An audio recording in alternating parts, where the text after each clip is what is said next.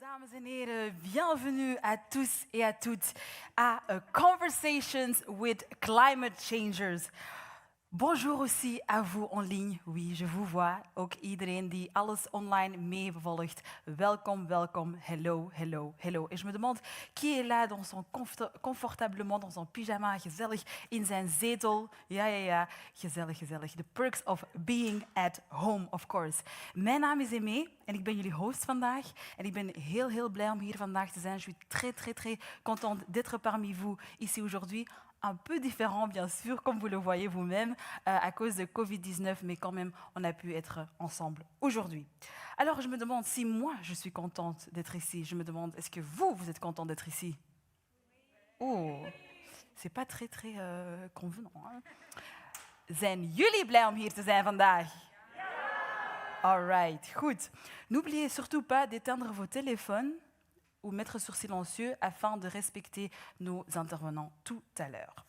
Goed, ik ga beginnen met een korte opwarmer. Dat is iets dat ik eigenlijk altijd doe. Dus ik ga aan iedereen vragen om recht te staan. Yes. Ik ga jullie vragen om recht te staan. Yeah, we gaan eventjes alles losgooien. Ik ga jullie niet vragen om te lopen. Ik ga jullie niet vragen om te springen. Alright. Dus we gaan eventjes alles losgooien, alle frustraties van de voorbije maanden. En ik ga ook zo meteen tot 3 tellen. Ik ga dat ook vragen eigenlijk aan de mensen online die thuis zijn. Ik ga vragen om aan een positief woord te denken. Iets dat jullie graag willen meedelen aan de wereld. Zie het een beetje als een manier van hoop of wens voor de rest van dit jaar. En als ik tot 3 heb geteld, mogen jullie dat dan via de chat meedelen. Goed, ceux qui sont ici au Beaux-Arts, kijk even links en rechts van jullie. Een mooie lichaam, een mooie glimlach naar jullie buren. Yes, waai eventjes. We kunnen nu geen kus geven natuurlijk, of geen hand. Yes, alright. Denk ook aan een woord in jullie hoofd, positief woord dat jullie willen meedelen met de wereld. D'accord? En dan mogen jullie dat roepen als ik tot 3 heb geteld. Zijn jullie klaar? Ja. Ik denk het niet. Zijn jullie klaar? Ja. Alright. 1, 2, 3. Oké, ça va. Wat hebben jullie gezegd? Glimlach, dat is heel mooi. Blijven glimlachen. Dat is wel een beetje moeilijk met jullie maskers nu, maar oké. Bien, prenez place, s'il vous plaît. Prenez place. Prachtig, fantastiek. Wel, de eerste persoon aan wie ik jullie graag wil voorstellen, zit eigenlijk hier links van mij. Ja, ik zit hier niet alleen op het podium vandaag, gelukkig maar. Hè. En ik zou graag een heel warm applaus willen. Je voudrais demander un applaudissement pour notre illustrateur et dessinateur du jour, Kim Duchâteau. Yes. Hij zal het debat vandaag illustreren en het resultaat krijgen jullie straks te zien hier op onze schermen natuurlijk. Goed, Kim, hoe voel jij je vandaag? Hoe kijk je daar naar om deze dag te tekenen? Ik ben benieuwd. Je bent benieuwd. Oké, ik ben ook zeer, zeer, zeer benieuwd. We gaan straks zeker naar het resultaat kijken. Nu, waarom zijn wij hier vandaag? Oxfam nous rassemble ici aux Beaux-Arts car le climat est un des thèmes importants dans leur lutte contre la pauvreté et les inégalités. Cet événement se concentre sur l'impact positif que les gens peuvent avoir sur la crise climatique et fournit une plateforme pour inciter les gens à agir contre le changement climatique. Uiteraard niet alleen als consumenten, maar ook als burgers en als deel van een collectief. En om de centrale vraag van vandaag te beantwoorden, namelijk hoe kunnen we een klimaatrechtvaardige wereld bereiken, geef ik graag het woord aan onze eerste climate changer van vandaag. Il est le fondateur et le directeur de Climate Outreach, la plus importante organisation dans le domaine de la communication climatique en Europe. Dans son livre Don't Even Think About It, Why Our Brains Are Wired to Ignore Climate Change, il nous explique en détail pourquoi il est si difficile de changer nos habitudes en fonction de nos convictions climatiques.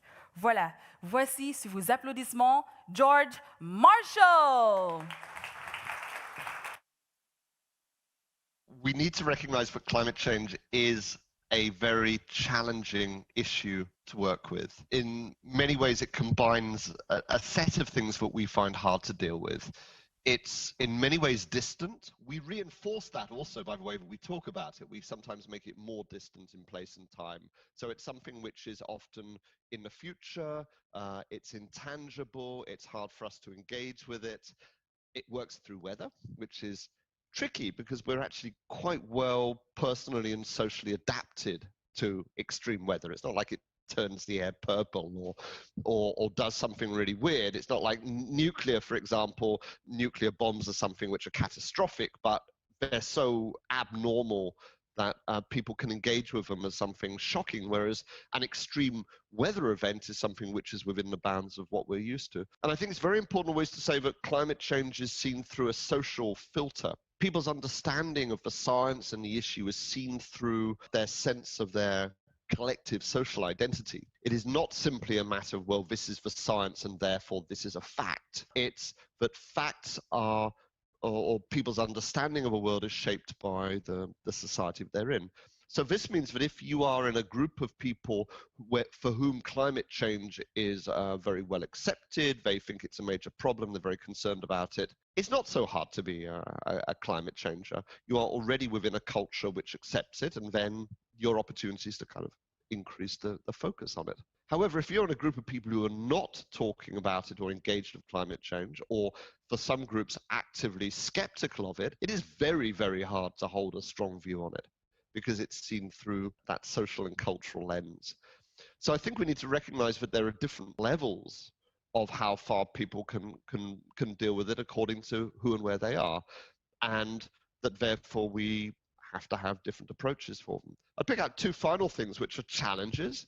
One is that people have a limited capacity to worry about things. They tend to worry about things which are here and now and clear and threatening. As social psychologists sometimes talk about the limited pool of worry. We have a limited capacity to worry about things, otherwise we just go crazy. So it's always hard for climate change to make its way into that pool of things that we feel that we want to work on, because that space is very often occupied with things which are much more urgent and much more here. And of course, we have a challenge now with COVID, which is very much taking up people's concerns and attention in so many ways. So just to say, it is a mistake for us to try and squeeze climate change in and say, hey, you know, that huge thing you're worrying about over there, well, we've got something over here which is even worse or even more worrying. It's not going to work like that. We have to find ways of talking about climate change which are not comparable, but are specific to the issue, not just this is another big threat. And I think the final thing we have to do is we need to recognize that as humans, we're shaped by stories and by narrative, and that conventional motivating narratives are very often about good guys and bad guys. Climate change struggles because in a way we are all the enemy. In a way we are all in various ways in the developed, rich world contributing to this problem, and we therefore have a collective responsibility. And although we can try and point the finger, and clearly there are some businesses and there are some people who are more responsible than others, it doesn't fit very well into an enemy narrative. We need to find a way of talking about this, which is about a collective action, how we're going to all work together for a common purpose, rather than that we're all going to fight this thing over here. So I think the first thing to say is that an approach to behavior which is about making it entirely personal is, in my view, mistaken and usually wrong. For a long time, we've had climate change actions which are about, here are 10 things that you can do to save the planet, as if all of the responsibility for action lies on you personally, and that you in isolation can do things. Well, we don't work in isolation. It's a lonely place to be, and it's very hard to do that. I think it's also a major mistake sometimes to think that we can just do this through a form of kind of consumer capitalism, that hey, buy the right products, go this way, spend your money this way or that way. There is a role for that, but it is not actually, that kind of personal responsibility doesn't work. So we need to find ways where what people do are linked in with their sense of collective identity. And this is really important. You know, people will make big sacrifices. They will make big changes in their lives if they think it is part of who they are. So the relationship between the personal and the collective is about saying, I am part of this group. I love this group. This is who I identify with. And being part of this group means I behave in this way. That's where the relationship lies. And that's going to be different for different people. For younger people, it might be that this is the thing that young people do. This is how they express what makes them different from older generations. For people who are maybe more conservative, it might be about these are actions which relate to their sense of protecting and defending things which are important to them, or for their community or their landscape or their culture. The personal action is always has to be internalized. I do this because I care about this thing. You know, the danger, for example, of not flying is you just go, well, what's the point? The plane's flying anyway, my ticket gets sold to someone else. The reason why people might not fly, and the reason, for example, that I try whenever possible not to fly, is I just go, I don't believe in that. I don't want to be a part of that. That's not who I am. So on the personal behaviors, there's a few things I'd say which are really important that we identify. One is that we say, this is who you are. What you are is great. We validate people's identity and we speak in different ways to different identities about behavior. Another thing that we do is that we avoid the temptation of just giving people a shopping list of easy things to do. We actually prioritize the things which are maybe more challenging, which have a really big effect. For years, we've been concentrating on things which have minuscule, tiny impact on climate change. Things like unplugging your mobile phone charger, or not using plastic bags, or like not having your things on standby. We need to be very clear. It's actually about flying. It's about personal transport. It's about heating in the home. It's about large-scale consumption. These are the issues. Another thing we find from our research in climate outreach, we do a lot of work listening to people and testing different ways of talking, is that people seem to respond best when we say, actually, this is not easy. This is quite hard. You could do that because you've done hard things before. That's who we are. We do it with identity. But this is not easy. We need to face up to this challenge. So don't make it too easy. Don't think that you get more traction by saying, here's something easy you can do.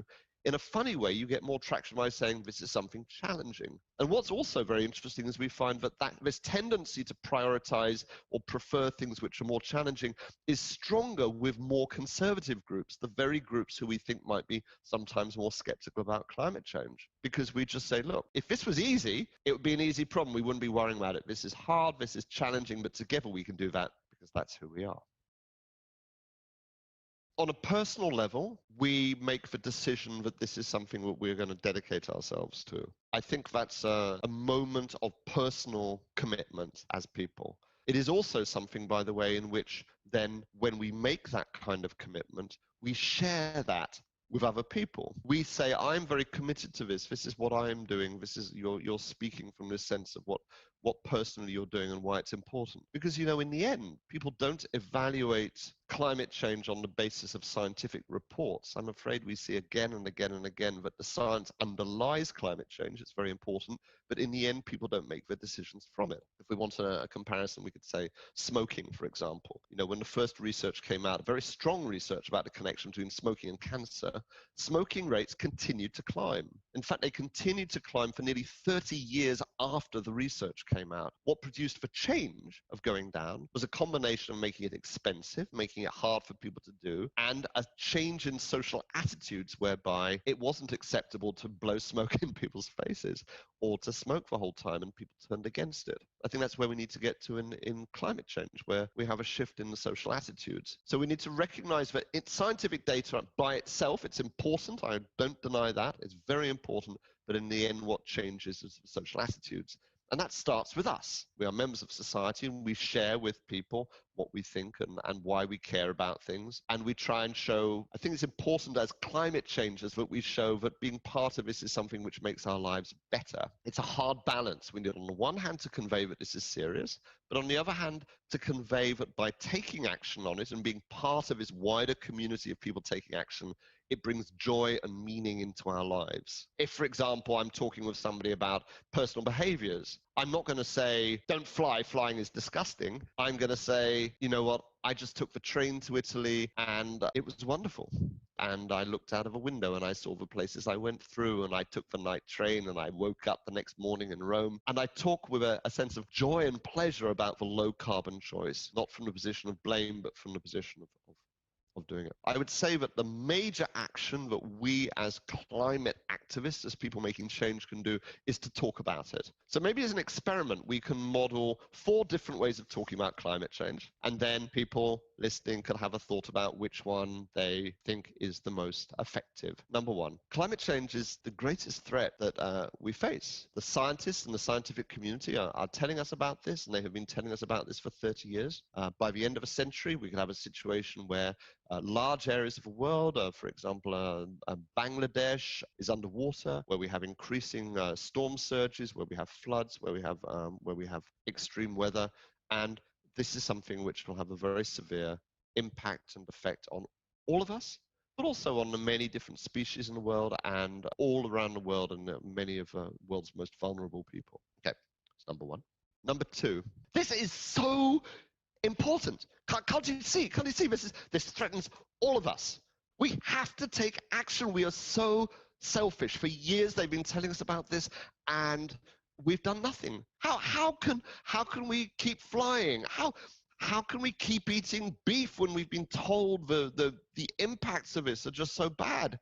Do you care about your children? Do you care about your grandchildren, about the kind of world that they're coming into? This is so important, and I'm so sick of politicians saying that they will not take action on it. Okay, that's number two. Number three, you know this flooding we've just had? Yeah, it was really bad, wasn't it? It was really bad. I mean, and it was really, really hard and difficult for some of the more vulnerable people in our community. Well, we're getting a lot of this weird weather now, aren't we? I mean, I know that the scientists are saying that this is because of climate change, and you've lived in this community for, a long time. You've been here all of your life. So tell me, what do you think? Do you think this might be climate change? Do you think that there might be ways we need to deal with it? Because there are ways that we can all come together as a community, that we can prepare for this, and we need to prepare those people who are vulnerable and help to protect them. But if this is climate change, then there's going to be a lot more of it coming down the line. So what do you think? Right, that's number three.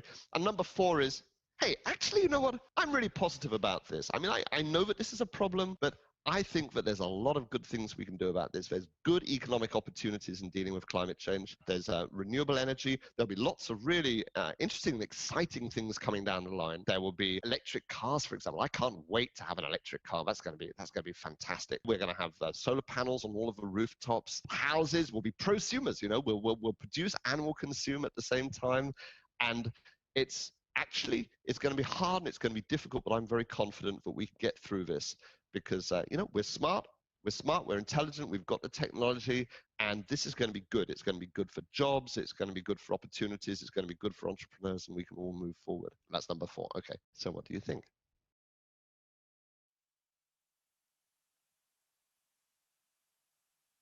Goed. Het is nu aan jullie natuurlijk, hè. C'est à vous maintenant. Welke aanpak denken jullie dat de beste aanpak is? Goed, jullie kunnen jullie kleur in de lucht steken. Ik ga proberen te zien welke... Oké. Hier. Ik zie vooral blauw. 3. Partagez des expériences sur la façon dont le changement climatique affecte notre vie quotidienne. Oké, laten we even verder kijken. Ik ben benieuwd wat hij te zeggen heeft.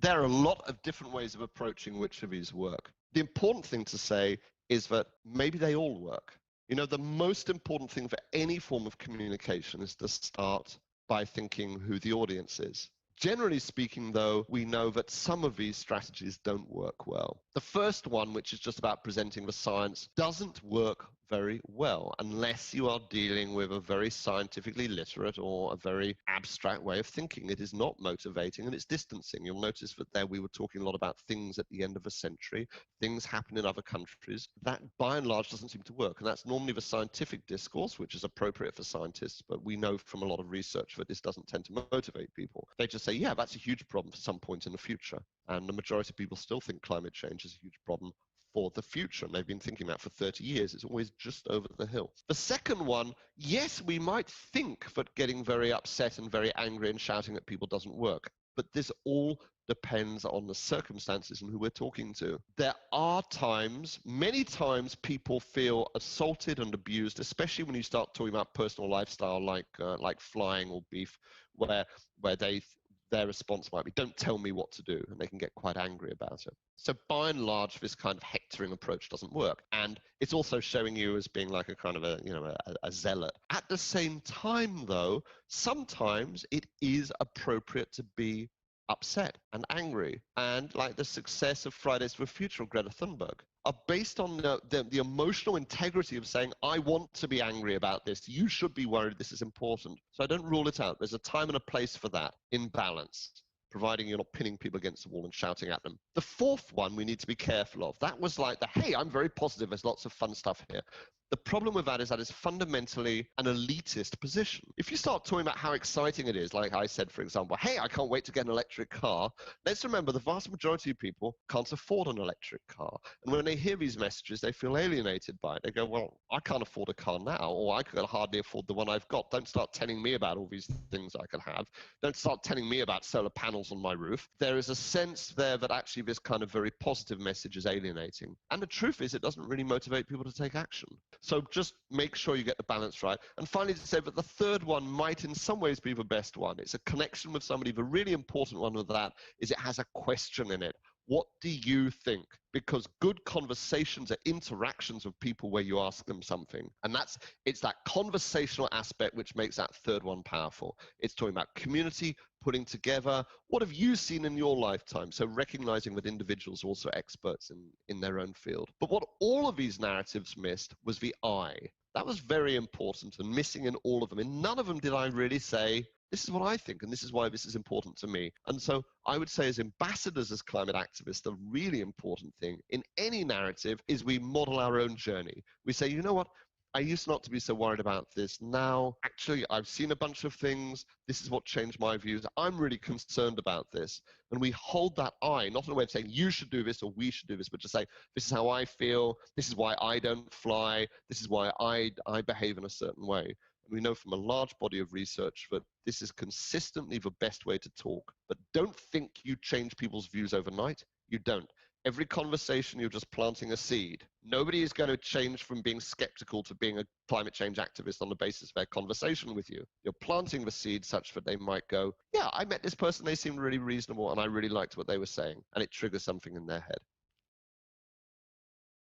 Humans are storytellers. We interpret the world through stories, and we make sense of it, and we are very strongly motivated by stories. And there's a lot of research to show that just well-honed, well-argued, data-driven messages are effective, but ultimately it's narratives that move us. The most important and powerful ones are ones which speak strongly to our sense of who we are. Narratives and storylines which say, this is who we are, we're important, we're proud of who we are, and this is why this action on climate change is directly part of who we are and what we do. They're destructive behaviors. The way they behave, which adds to the problem, are part and parcel of their identity and who they feel that they are, especially high carbon activities, which are related to diet and to travel. And solutions in the actions that they take are very much bound up with those.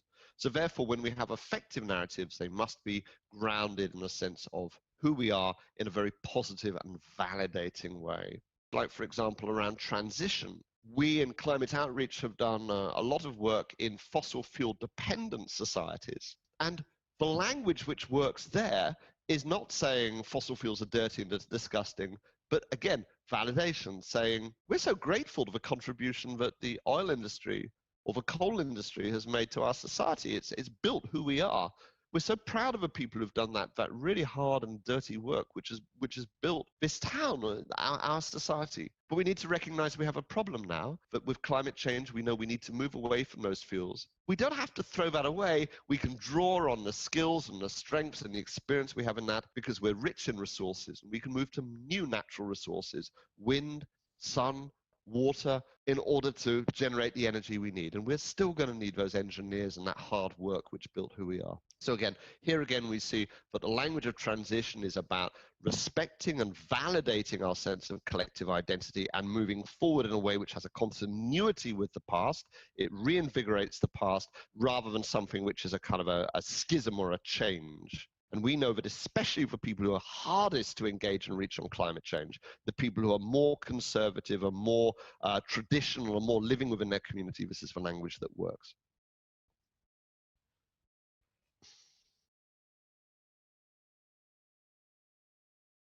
Goed, een warm applaus voor George Marshall. Yes. Heel interessant, heel interessant. Goed.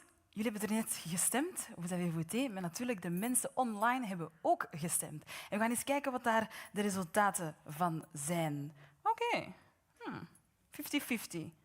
Beetje anders dan de zaal wel. Ik weet niet aan wat dat ligt. Hè? This is what the science says approach en optimism komen daar vooral uit. Goed, dankjewel aan de mensen die gestemd hebben online. Alright, good. Time for some music. Hebben jullie zin in tijdloze, sublieme songs, warme melodieën en refrein die je niet loslaten? Oké. Wel, ze waren de winnaars van de nieuwe lichting in 2019. Vandaag is Michiel alleen hier, maar toch staat hij hier voor vandaag bij jullie in de Bazaar. Graag een warm applaus voor Maar.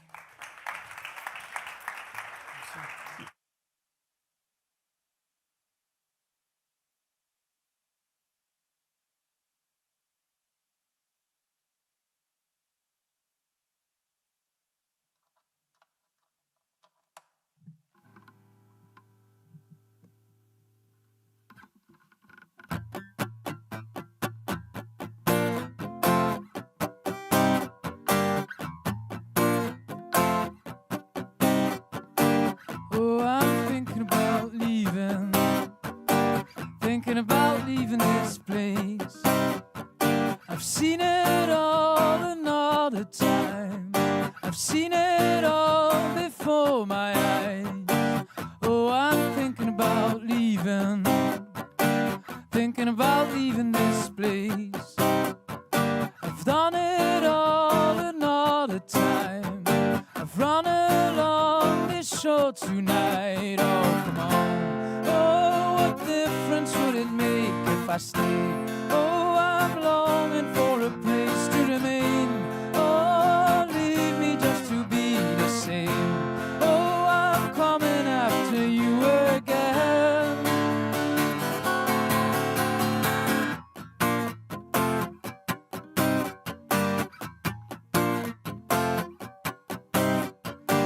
Oh, I'm thinking about leaving. Thinking about leaving this place. Can't find a reason to stay tonight. Can't find another way to hide. Oh, come on. Oh, what difference would it make if I stayed? Oh, I'm longing for a place to remain.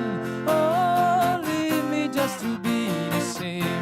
Oh, I'm coming after you again.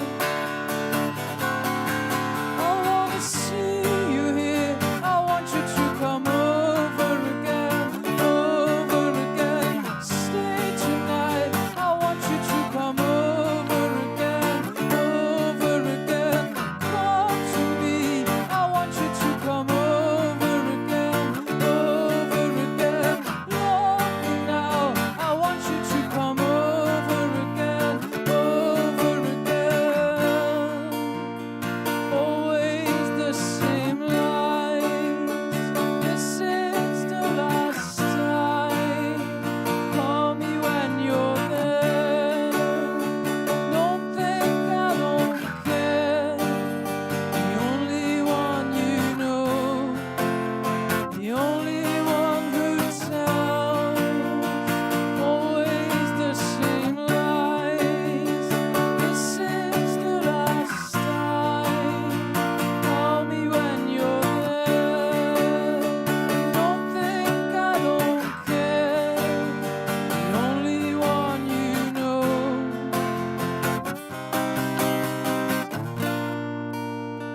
Always the same lies. This is the last time. Call me when you're there. And don't think I don't care. The only one you know. The only one who tells.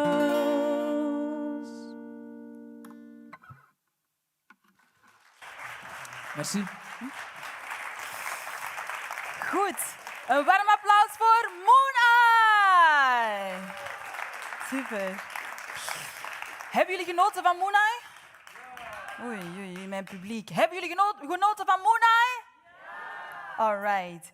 Goed, let's talk economy now. Een onderwerp dat we soms vergeten als we het hebben over klimaat.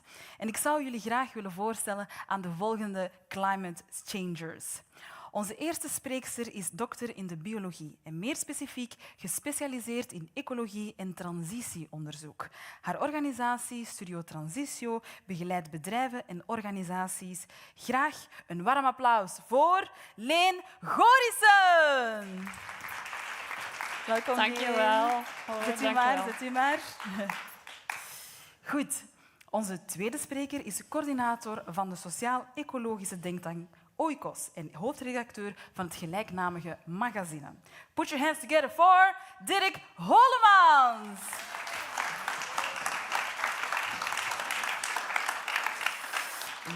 Welkom aan beiden. Welkom Dirk, welkom Leen. Hoe gaat het met jullie? Goed. Ja, met jullie? Alles prima. Ja, voorbije maanden zijn toch wel heel hectisch geweest, denk ik. Maar ik ben zeker heel blij om jullie hier vandaag te hebben met mij. We hebben niet zo heel veel tijd, jammer genoeg. Ik zou heel graag met jullie dieper willen ingaan op heel veel zaken. Ik ga 1 vraag stellen, een aantal vragen, laten we zo zeggen. Maar ik ga ook het woord geven aan 1 persoon in het publiek. Ja, we moeten de coronamaatregelen respecteren. Dus er gaat 1 iemand in het publiek zeker nog een vraag kunnen stellen. En natuurlijk ook online. Denk al even aan een vraag die jullie graag willen stellen. En dan deel die mee in de chat en dan kunnen we die meegeven aan Leen en Dirk. Goed, ik denk dat het belangrijkste, denk ik, dat ik jullie in eerste instantie kan vragen van waar moeten we het ons, als het over economie gaat, nu eigenlijk zorgen over maken? Kijk naar jou, Leen. Zal ik beginnen? Mag. Wel, als je naar ons huidig economisch systeem kijkt, dan bouwt die op pijlers van degradatie en exploitatie van mens en natuur. En dat is eigenlijk een systeem dat niet volhoudbaar is. Het leidt tot degeneratie. Degeneratie is eigenlijk een terminaal proces. En dus ja, dat valt gewoon niet vol te houden op de lange termijn. Dus de vraag is, hoe kunnen we shiften van zo'n proces van degeneratie naar regeneratie? Regeneratie doet het tegenovergestelde. Het laat een systeem gezonder, rijker, vitaler en levensvatbaarder achter. Dus voor mij is dat de essentie van onze economie waar het misloopt. En kunnen we shiften van een degeneratieve naar een regeneratieve economie, is de vraag. En veel mensen zullen denken van, goh ja, dat klinkt misschien mooi in theorie, maar dat is heel moeilijk in de praktijk. Maar heel veel soorten hebben ons dit al voorgedaan. Walvissen, ik wil de voorbeelden geven. Walvissen koelen het klimaat. Paddenstoelen maken regen. Poolvossen vergroenen de toendra. Termieten vergroenen de woestijnen. Plankton maakt wolken. In de natuur is een van de kernbegrippen of kern-natuurwetten waar de economie van de natuur om draait, is leave it better than you found it. Laat de wereld beter achter. Want alleen dan hebben de nakomelingen een kans om een goed leven te leiden. En ik denk dat wij dat perfect als mens ook kunnen. Als termieten en walvissen het kunnen, kunnen wij het ook. Dus ik denk dat we daar onze focus op moeten leggen. Hoe kunnen we door onze economie de wereld beter achterlaten dan dat we ze gevonden hebben? Mooi. Ik ga er straks dieper op ingaan, natuurlijk, vanuit ook jouw werk. Dirk, ik kijk naar jou. Zie je dat ook zo? Waar moeten we eigenlijk ons zorgen maken? Wel, ik ga het in andere woorden hetzelfde zeggen. Ja. Ik zou zeggen, waarover moeten we ons zorgen maken? Ik denk dat we ons heel hard vandaag zorgen moeten maken. Want we hebben eigenlijk een economisch model dat de natuur om zeep helpt, ongelijkheid vergroot, mensen meepakt in een rat race dat ze niet meer mee kunnen. En we hebben er ook niks over te zeggen. Democratisch. Als je naar de supermarkt gaat en je doet dat soms voor de lol gewoon in Gent en je zegt ik zou graag gezonde appels vanuit eigen streek hebben, dan lachen ze je uit. Want die van Nieuw-Zeeland zijn toch goed. Dus ik denk dat die 4 assen, ecologisch binnen de grenzen van de planeet, ongelijkheid tegengaan, zorgen dat we daar terug greep op krijgen in een soort ontspannen samenleving, dat eigenlijk de kern van de zaak is. En wel wetende dat vandaag op heel veel plekken in de wereld zijn mensen het slachtoffer van het huidige economisch systeem. Heel veel plekken op aarde buiten we uit, helpen om zeep. Dus het is niet iets voor morgen. We moeten vandaag eigenlijk zo snel mogelijk daar aan beginnen. En natuurlijk met die klimaatverandering. Het aantal groepen mensen die uit de boot gaan vallen, wiens levenskwaliteit drastisch naar achter zal gaan, zal alleen toenemen als we niet snel actie ondernemen. En jullie zijn daar natuurlijk heel veel mee bezig, uiteraard. Daarom zitten jullie ook hier. Leni, kijk naar jou. Je hebt Studio Transitio opgericht. Hoe zie je dan die oplossing voor waar wij ons zorgen over moeten maken? Hoe zie je dat dan vanuit jouw werk? Wel, als je kijkt naar de natuur, die bestaat 3,8 miljard jaar. Dus die heeft al 3,8 miljard jaar kunnen overleven, ondanks verandering en disruptie. En dus hebben zij al veel oplossingen gevonden voor de problemen waar wij vandaag voor staan. Dus kunnen we kijken naar hoe lost de natuur bepaalde problemen op en kunnen we die doorvertalen naar de problemen waar we vandaag als maatschappij voor staan. Een van de essentiezaken van de natuur is dat het leven wil blijven leven. Dus dat is ook, leave it better than you found it. Het leven wil blijven leven. Dat is iets wat wij delen met alle organismen op deze planeet. En met Studio Transitio proberen wij te gaan kijken van, kan een organisatie, kan een bedrijf, kan een overheid ook zo werken? Kun je die leave it better than you found it naar de kern van de missie of de kern van het businessmodel brengen? Zodanig dat de economie leidt tot positieve impact, dat de economie leidt tot een gezondere planeet, tot een rijkere planeet, waar de rijkdom ook echt voor iedereen toegankelijk is. En niet rijkdom in alleen geld, maar ook rijkdom in biodiversiteit bijvoorbeeld. En naar een vitalere en een planeet die ook levensvatbaar is. Want we zitten nu echt wel op de tegenovergestelde piste. En ik deel wel de bezorgdheid met Dirk. Het is niet 11:55, het is 11:15. Dus kunnen we zo snel mogelijk die shift maken naar een regeneratieve En wat houdt ons economie. dan tegen toch als mens om toch die stap te maken? Ja, ik denk een van de grootste obstakels is de illusie dat je als mens geen deel uitmaakt van de natuur. En ook de illusie dat wij superieur zijn aan de natuur. Maar net zoals jij één lichaam hebt wat je thuis is, heeft al het leven op aarde één lichaam, de planeet. En dus elk onderdeeltje van die planeet moet gezond zijn en moet in een juiste relatie functioneren met de andere delen om gezond te blijven. En ik denk als we dat kunnen inzien, dat we echt wel heel snel en heel radicaal de dingen anders gaan kunnen doen. En er zijn best wel wat voorbeelden uit het bedrijfsleven die dat al doen ook.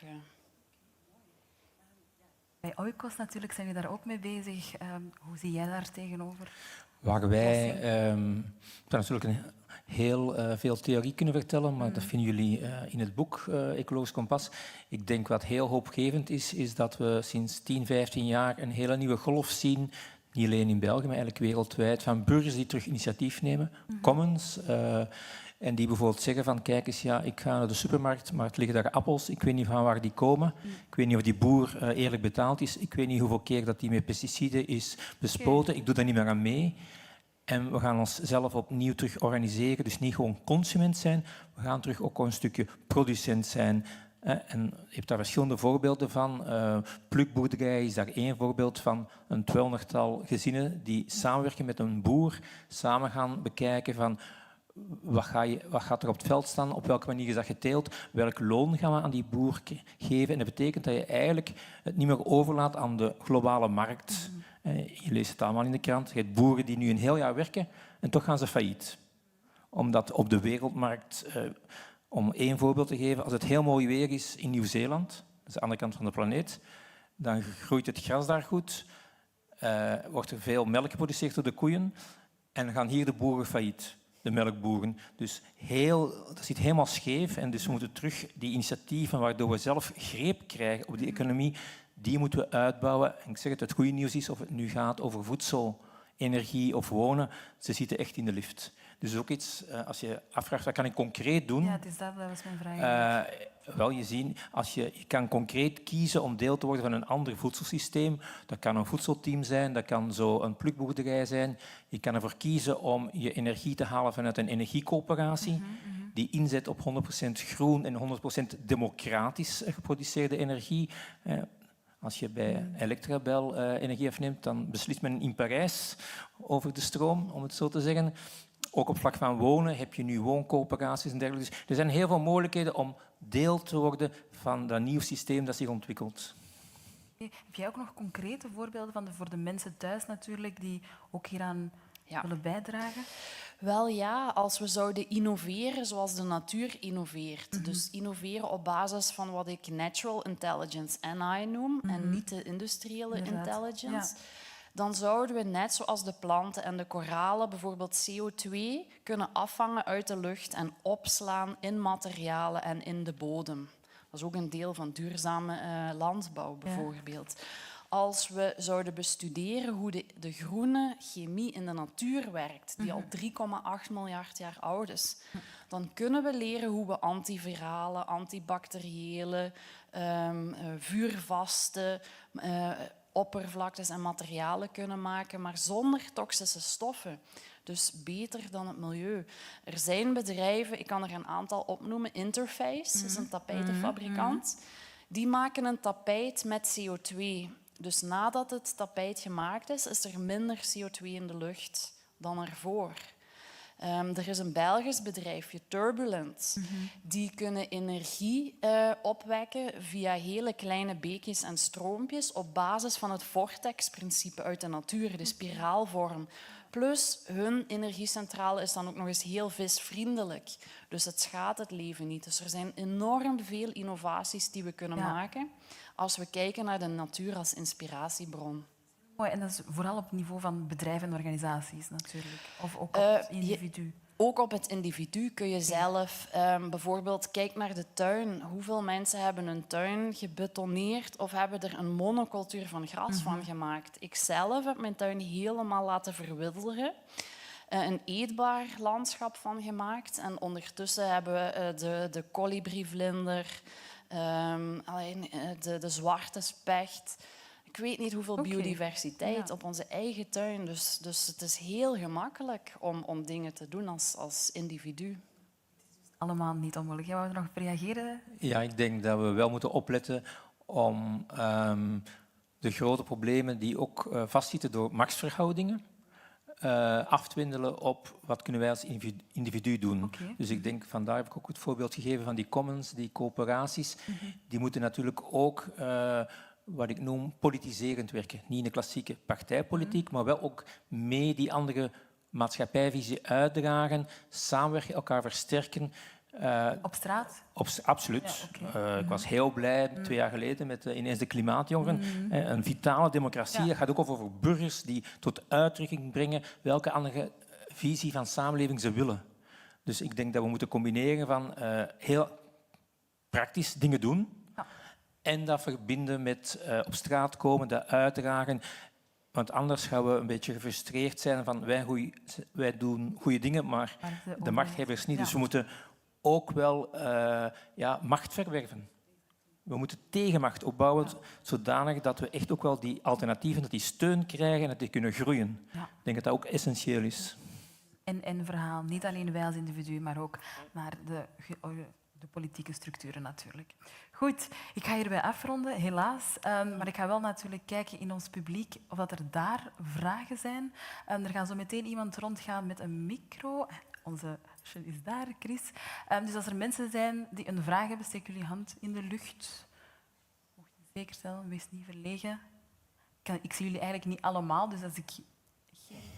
En natuurlijk ook de mensen online mogen ook een vraag stellen als zij dat willen. Ik ga eens eventjes kijken of daar al iets binnengekomen is. Een heel nieuwe andere wereld. Hè? Ja. Goed, als er niemand in de zaal is, je mag nog eventjes nadenken natuurlijk, als je nog vragen hebben. Ik zie hier een vraag van Mirjam. Goed. Hoe kan ik als individu mijn steentje bijdragen, ook al zal het weinig impact hebben? Die hebben eigenlijk al een beetje geantwoord, maar misschien nog eens even ter herhaling. Vooral zeker niet hoop verliezen. En op straat komen is heel belangrijk. Maar tegelijkertijd, als je nieuwe organisaties opricht, die positieve impact creëren, dat is gewoon super fijn om voor te werken. Dus het kan ook echt fun en fijn zijn. En op die manier kun je ook een hele hoop mensen meekrijgen in het verhaal. Zijn er bedrijven of organisaties die je nu al weet van of daar kunnen mensen zich bij aansluiten eventueel? Want het oprichten van een nieuwe organisatie is misschien soms een stapje te ver. Ik denk dat we heel veel nieuwe organisaties nodig hebben, maar Ja. er zijn ook heel veel bewegingen. De permacultuurbeweging, de voedselbosbeweging. Als je zelf iets in je tuin wilt doen, bijvoorbeeld. Dat zijn er Ja. een paar van. Ja, Dirk heeft er ook een paar vermeld daar straks. Ik wil nog eentje aan toevoegen. Ja. Iets waar we het te weinig over hebben, omdat het ook wat complex is natuurlijk de financiële sector. Maar dus ook gewoon zorgen, en misschien als je jong bent is dat natuurlijk nog bescheiden, maar zorgen dat je bij de juiste bank bent, bij een ethische bank, is superbelangrijk. Veel mensen beseffen niet dat ze bij een klassieke bank zijn en misschien met hun spaargeld geïnvesteerd wordt in een oliebedrijf. Of in kerncentrales. Dus je kan heel makkelijk de bankenwijzer vinden van Fairfin op internet. Zorg ervoor dat je zelf, je ouders, dat je geld bij een ethische bank zit, want dan weet je dat er met jouw geld iets positiefs gebeurt en niet potentieel iets negatiefs. Er zijn bepaalde websites waar wij naartoe Fairfin, kunnen. bankwijzer, en dan Fairfin. zie je heel goed op een aantal criteria welke banken goed scoren en welke banken gewoon ronduit blijven investeren in olie- en gasbedrijven en zo verder. Oké. Heel goed om te onthouden natuurlijk. Ik heb hier nog een vraag. Ik kijk nog eens eventjes naar ons publiek of dat daar nog een vraag is. Ah ja, helemaal van achter.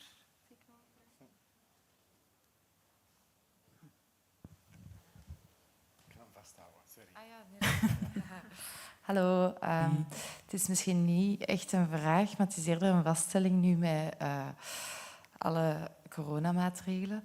Dat, ik vind dat de generatie van 30-jarigen, 40-jarigen er veel meer mee bezig waren de laatste jaren. Met er rekening mee te houden om bijvoorbeeld meer het openbaar vervoer te nemen. Meer groene manieren van transport te vinden. Maar nu vind ik het heel jammer dat de mensen meer en meer terug worden aangemoedigd om zoveel mogelijk de auto te gebruiken. Dat dat precies weer allemaal in de vuilbak wordt gegooid. Voilà. Het is niet echt een vraag. Mag Dank u ik wel. daarop antwoorden? Tuurlijk, natuurlijk. Ja. Dank u wel. Het is inderdaad juist dat op dit moment openbaar vervoer een stukje zeker busvervoer het moeilijk heeft. Ik denk dat trein wat genuanceerder is. Ik denk enerzijds, dat kan nog terugkomen, maar daartegenover staat zeker in steden de fiets enorm aan terrein heeft gewonnen. Brussel, in één keer ligt er een fietspad in de Wetstraat. Parijs was al op goede weg. De burgemeester daar waren recent verkiezingen. Die heeft de verkiezingen opnieuw gewonnen op basis van haar concept de 1 kwartierstad. Dat je overal met de fiets of te voet of ook openbaar vervoer, dat blijft dat functioneren, kan geraken. Dus ik zou mij niet te veel laten door die corona laten doen en zeggen van daar zijn we een stuk verloren. We hebben ook veel gewonnen. Ook zelfs in New York waren er ineens straten autovrij gemaakt voor fietsstraten. Dus er is ook, met corona zijn ook heel veel goede dingen wat betreft mobiliteit gebeurd. Het zei, er is hoop. We moeten hoop blijven. Goed. Wou je daar nog op reageren? Of? Misschien heel kort. Ik weet ook dat heel in het begin van de lockdown dat heel veel mensen het eigenlijk enorm plezant vonden. Een autovrije stad. Dus hierbij een oproep aan alle beleidsmakers. Groei een beetje moed en ga nu eens echt voor die autovrije stad. Want de auto, dat is echt een technologie van het verleden. Voilà. Oké, goed. Dan ga ik hier afsluiten. Ik wil je graag een heel warm applaus voor Dirk en Leen. Goed. Alright. We hebben nog heel wat vragen natuurlijk, maar helaas kunnen we ze niet altijd allemaal hier naar voren stellen. Hè. Goed, Kim. Ik kijk even jou. Alles goed daar? Heel goed. Goed. Hoe is het al geweest tot hiertoe? Ik zet al 3 tekeningen voorop. Die teken voor... Oei, Ja. we gaan te traag of we gaan te snel? De camera gaat iets te traag. denk ik. Oké. Daar gaan we werk van maken. En lukt dat een beetje om zo te volgen en ook tegelijkertijd te tekenen? Ja, alhoewel een man niet multifunctioneel is, lukt dat toch aardig. Oké, goed. Dank je wel, Kim. Alright, dat was een heel interessant debat natuurlijk. En we gaan straks ook nog naar een aantal andere tekeningen kijken van Kim. Maar we gaan het nu even kort hebben over klimaatactivisme. En dan moeten we het zeker hebben over deze dames. Une militante ougandaise de 23 ans qui non seulement se bat pour le climat, mais aussi pour la représentation des militantes africaines dans le débat sur le climat. Surtout lors que d'une conférence de presse avec d'autres jeunes militantes à Davos, cette jeune femme noire a été exclue de la photo de groupe. Give it up for Vanessa Nakate.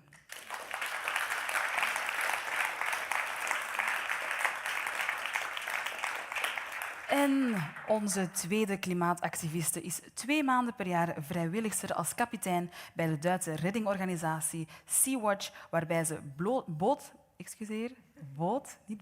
bootvluchtelingen uit de Middellandse Zee redt.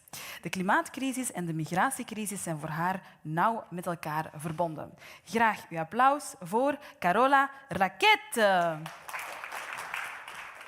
Welcome, girls. It's an honor for me to be able to speak to you today about climate change. Often we hear from a lot of our supporters in Belgium that climate change might be something distant, both in time and in place. And I wanted to ask you how you experience, or what is climate change to you, being a climate activist in Uganda and working for you, Carola, on the polar region and the Mediterranean Sea. And also an additional question we got from one of our viewers: is it not too late already to be an activist around climate change? Thank you for that question. First of all, it is not too late to become an activist right now. This is a journey that most of us have just started. This is a journey that most communities are still hoping to start because they don't have voices speaking for them. It isn't yet too late for anyone to become a climate activist. The climate crisis, climate change, to me, is literally an issue that is destroying people's lives. I have no concrete definition for it, but all I can say is that it has caused so much destruction in the livelihoods of very many people in different parts of the world. But if I'm to speak from my own perspective, from my country, Uganda, I have seen the impacts of climate change affect 2 main sectors of our lives, and that is food security and water security. Because when you go to the northern part of the country, they're experiencing heavy dry spells, heavy floods in the western part of the country, landslides and heavy floods in the eastern part of the country. And my country is one that heavily depends on agriculture as the main base for the economy, as also a form of survival for the people, especially those in rural communities. And this is just the primary that we see of the climate crisis. There is more to it, because if we see the food insecurity, what is going to happen after that? You're going to see more students drop out of school because they have to help their families recover everything that has been lost. We are going to see more children on the streets of Kampala. We clearly see that right now already. So we are going to see more sectors being affected. To me, the climate crisis, it is an issue that affects every sustainable development goal, in that if we have climate change, then we won't achieve zero hunger. If we have climate change, we won't eradicate poverty. So we cannot move on peacefully with our lives without tackling the climate crisis. Carola, what is climate change for you? How do you experience this? And what has propelled you to become an activist? Well, in 2011, I started working for the German Polar Research Institute, and on my first contract, I went to the North Pole on the icebreaker. There were quite a few scientists who had been in the previous years and decades, and I was shocked to see how little ice there actually was, because typically you have multi-year ice which has lived through several periods of thawing and refreezing, and what we had at that situation was mainly first-year ice which just was 1 year old basically, and that was shocking because the ice was so thin. And you could see that in the lifetime of these scientists, everything has changed in the Arctic. And the same this winter, I was on a campaign with Greenpeace in the Antarctic. I've been in the Antarctic 8 out of the last 9 years. And we have been at the Esperanza base on that day in February when it recorded temperatures of 18 degrees Celsius in the Antarctic proper. That is not normal. We are in a climate emergency. So much is sure. The polar areas are changing very rapidly, and the implications are such as Vanessa already laid out. It's not about penguins and polar bears only, it's about people, and it's really a social justice issue. The question, is it already too late? Now, of course, it is not, because we have to be clear that we need to do both things. We need to do mitigation and we need to do adaptation for the climate crisis. But if we do not mitigate, that means if we do not phase out fossil fuels as fast as we possibly can, then there won't be any room for adaptation. Adaptation is already happening in many, many places. For example, migration is a form of adaptation. If we do not act decisively, and that means particularly countries in the global north, which have to phase out their emissions as rapidly as they can, then the climate might, in the worst case scenario, really spiral out of control with feedback loops enforcing each other. And there might be no room for humankind actually to be able to even adapt to the changes of the environment. So it's very urgent that we act, and the only ever moment that we can act is right now. I very much agree with you. And then acting right now, both of you have encountered, I would say, difficult times as well. Vanessa, you have been cropped off a picture with fellow climate activists at Davos this year, and Carola, you have been arrested. How do you tackle, how does these activities influence your activism? And what advice would you maybe give to people, activists that also encounter hate or negative actions? And how important is civil disobedience in activism, you think? I personally believe that there is no climate justice without social justice, and erasure of different voices is already an injustice enough, and I have personally experienced that as well. And I feel like we cannot be able to get the necessary action, we cannot be able to save millions of lives of people without addressing some of these issues. When you look at the emissions from the developed countries, they are the most emissions, but then the communities that are affected the most when it comes to the climate crisis, they are those that are the least emitters, they are those that are least responsible, but they are experiencing disaster after disaster. This puts an issue of social justice in the climate justice movement, because if I'm an activist from the global south, from the African continent, and I feel like my voice is not being listened to, or I feel like my voice is deliberately erased and my story is deliberately erased, it feels like it isn't just my voice, but it is different voices, it is millions of people. Not everyone is speaking up from the global south, because it is not as easy as we see from the global north. Different activists, they're doing this while risking their lives, they're doing this while risking their freedom in some parts of the country, so and also some parts of the global south. So it is an issue that really needs to be addressed. Erasure of voices doesn't mean change. We cannot have climate justice if it is not global enough.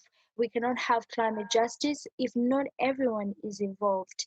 I feel like every activist has to be involved, every activist has to be listened to, because they all have a story to tell, they all have lives to change, they all have communities that they are speaking for, that they are speaking and demanding change for. And this is something that we have to embrace in the climate movement. If we do not understand the intersection of these issues, then we won't get climate justice.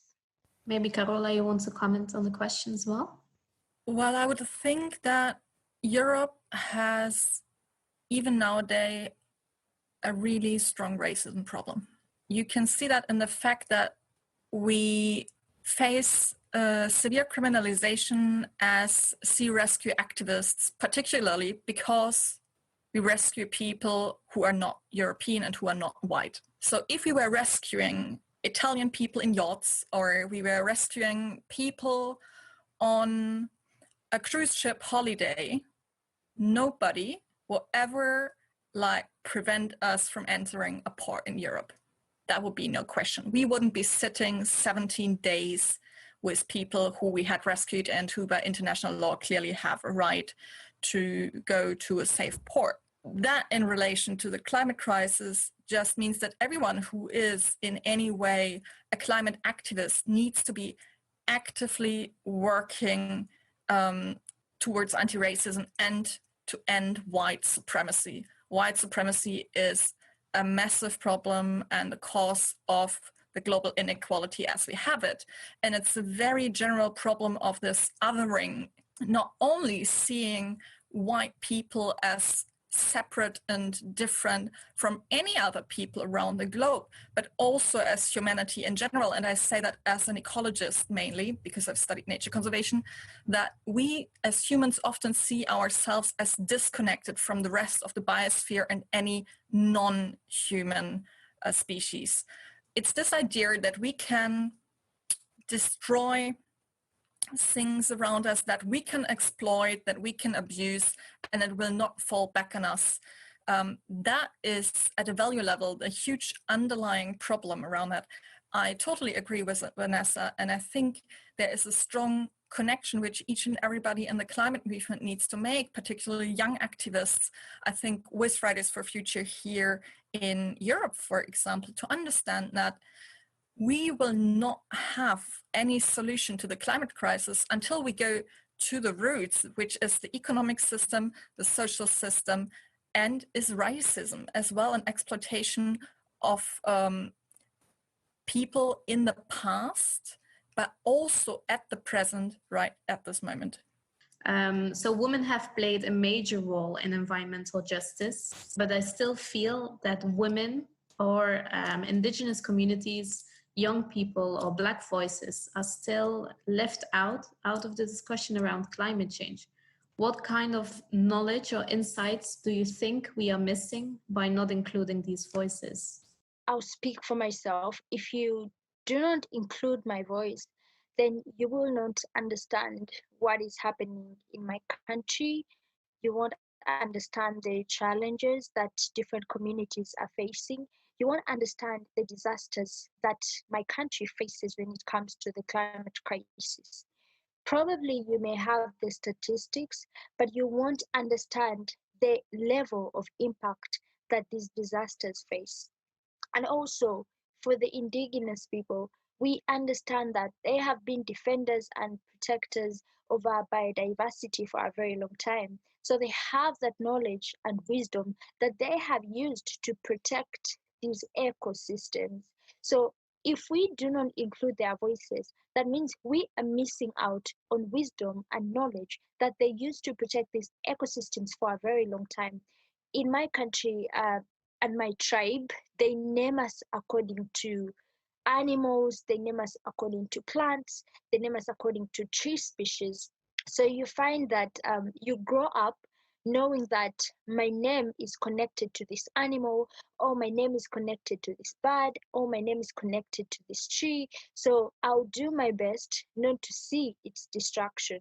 So this was a form of preservation in form of my culture. In my culture, that was a form of preserving biodiversity, preserving the ecosystems, and stopping extinction of animals, of birds, of fish, of trees and plants. And if this kind of knowledge is not included, then the world will not understand how we've been able to preserve most of these things for a very long time. So I believe that every voice, every community needs to be involved, because first of all, they understand the challenges that they face. They see them firsthand in their countries, in their communities. They see how people's livelihoods are affected.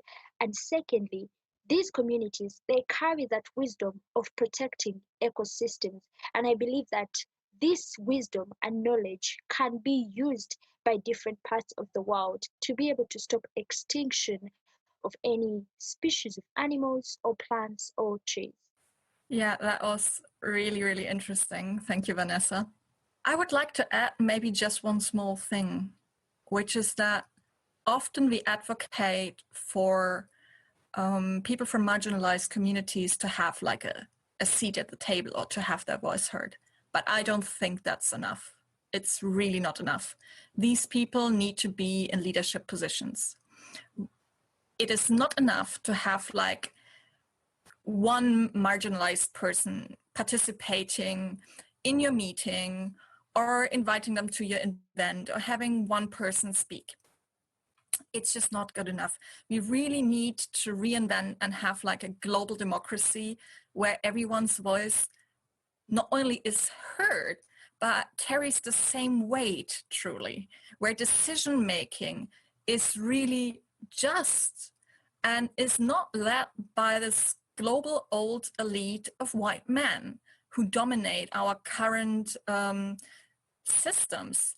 So we have to do much, much better than just listening to people. We have to make sure that there is not only just space to see and learn from these people, but giving them leadership positions and really, really making sure that each and every person on this planet has a possibility to involve like with the same weight in the things which we are doing and in the governance at any level.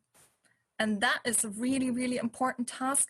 And it also means that if you're a person who is profiting from a lot of privilege, which I am, for example, for sure, having grown up in a European country, being a white person, middle-class background, could go to university, all these things, then we have to make sure that we really proactively work towards that. Listening to people is not enough. People need to be included in equality in the decision-making processes at every level. I think your answer, Carola, also clearly indicates the link between climate change and inequality. And that's exactly why Oxfam is also working on this topic, because we've been known for so long for being an organization working on eradicating poverty and inequality. But climate change is so much intertwined with these topics as well. And that is what we call climate injustice. So the communities who are most affected from climate change and are the least direct contributors to climate change are the ones like women and vulnerable communities, children who are poor communities who are mostly affected from climate change. You also have this knowledge, this topic called environmental injustice, where we look beyond the topic of nature as such, but also to the places where people work and live and play. And there you see the same, that most vulnerable or poor communities live in poor environmental areas. So my question now would be for you, what does climate injustice or environmental justice mean to both of you? To me, climate injustice or environmental injustice is having specific groups of communities facing the impacts of the climate crisis. I've read so much about environmental injustice, and I got to realize that communities of people of color or communities of Black people, the communities that are so filled with coal power plants, high levels of air pollution, and many incinerators, very many dumping sites. So you realize that these children or the people in these communities grow up facing challenges of air pollution that are, of course, dangerous to their health. So to me, environmental injustice is actually leaving out those communities that are being affected the most, is communities that are least responsible, carrying the baggage, the heavy burden of the impacts of the climate crisis. If I'm to speak for Africa, it is one of the least emitters of carbons, but then it is among the most affected by the climate crisis. To me, that is also an environmental injustice. It's a climate injustice. To me, climate injustice is something that includes social injustice and racial injustice, and also not including every voice in the climate movement. And as Carola said, different voices carry different weights in these climate conversations. To me, that is also a form of environmental injustice. Generally, there is now, and through the last 1-2 years, luckily, a much bigger focus on the climate crisis than there used to be in the public and in the media. I always like to point to the facts that we are also in the 6th mass extinction of species, which is extremely critical also for the livelihoods and well-being of humans in the end. That we're suffering from soil depletion due to industrial agriculture methods, which we're using in many countries, that there is rampant pollution, not only of the atmosphere with CO2, of course, but also many other pollutants, but also of freshwater resources, for example, and soils. We have been exploiting nature for a really, really long time. And when I say we, I mean at this moment like Western industrialized nations, because many other cultures around the globe have actually very successfully managed to live in a much better way and without destroying their surroundings, so that we as Europeans, we actually have a lot to learn from other people here and other cultures. And we really shouldn't forget that. That's exactly where we go back to taking leadership from other groups and other experiences. So if we talk about environmental justice, we have to look at the larger picture, which is not only global warming and temperatures rising. It goes far, far beyond that. It goes to deforestation in, say, the Amazon for food production of like soybeans, for cattle, for European consumers. It goes about exploitation of fish populations in the international high seas and often close to the coast of Africa as well, so that the local people who actually depend on these fish populations for their livelihoods do not have enough food to fish. Like 90% of the global fishing populations are either already exceeding their catch limit or on the catch limit. If we talk about all these things, then we see it's much more than just the climate. We really need a big socioeconomic transformation. This is also, for example, what the International Panel on Biodiversity and Ecosystem Services says, which is like the same as the IPCC for the climate is just for biodiversity and ecosystems. It's really calling for transformative change, and it's asking us massively to reduce consumption, and that means the global north. That is also drawing the conclusion that we cannot grow the global economy forever on a planet which has limits. So what we need is a very strong redistribution. The countries in the global north who have exploited in their past and who have emitted all those carbon, for example, Germany historically is the 4th highest emitter of carbon emissions total. Yeah, that means that we are the ones who have to stop emitting first, that we have to reduce our consumption of resources overall, so that countries in other places and people in other places can actually come to an adequate living standard where they have enough to support their livelihoods, where they can have shelter, access to healthcare, and all these really basic but extremely important things. The global north has to massively scale back their consumption and allowing other people who hadn't had the possibilities in the past, which we luckily have had, to be able to provide for their livelihood. So we really have to focus on redistribution and also on the concept of environmental debt, because the global north is massively indebted not only to future generations, but also to past and present generations of people in the global south. And that is a concept we have to take very, very seriously. Vanessa, you've touched on very interesting points, and Carola as well, you mentioned leadership.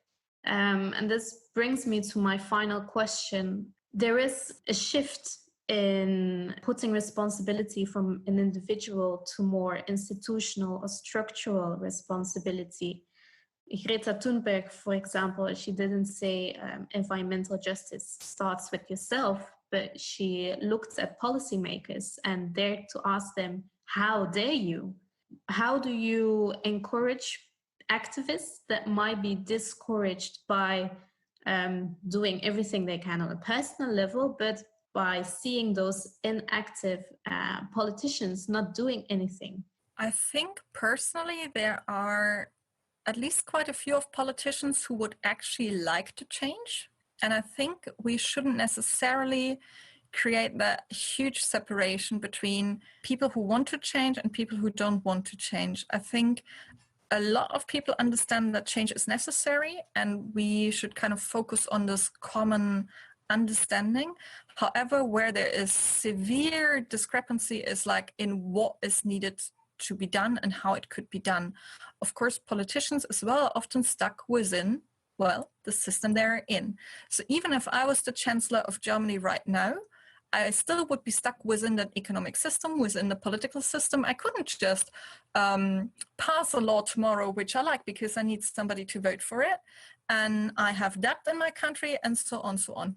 Each and everyone is somehow stuck within the system, just at different points. However, we really need to focus more on changing the system, really asking what is well-being, what brings people happiness, what is important in life, and what are we actually wanting to achieve in our society. And there we critically have to get away from just focusing on economic growth.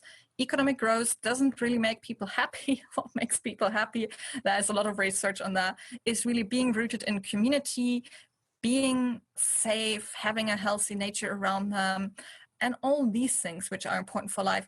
And these factors is really how we should measure the success of our society. That, I think, is important to focus on and to work towards. And we really have to, I think, create a vision of a future which is better and more just than it is now. It's clearly not enough to say what we don't want. We also have to be able to put forward what exactly we want and how it's going to be better than what we have right now. And honestly, I think it's easy to be better than right now, because right now what we're doing on a global level is not working at all. So I think it should be fairly easy to make it better. I just want to add something small to what Carola said. I also believe that what needs to be changed is the system, and I've so much seen individuals being blamed and told that they are responsible for the climate issues in their specific countries. I remember being at a climate march, and one of the leaders from my country was saying that plastic pollution is as a result of people's pollution, people dumping the plastic, people using the plastic. And I felt like this wasn't right, because people are trapped in a system that pushes them to use plastic because there is no other alternative. People are really trapped in that kind of system. And I felt like she was not looking to address the issue of banning plastics and banning plastic companies in the country, but actually holding people responsible for the plastic pollution. So I think it is the system that needs to be changed. Many people, they understand that change is necessary. They also understand that individual change is necessary, but then the system has trapped them in a way that they cannot change, they cannot live sustainably.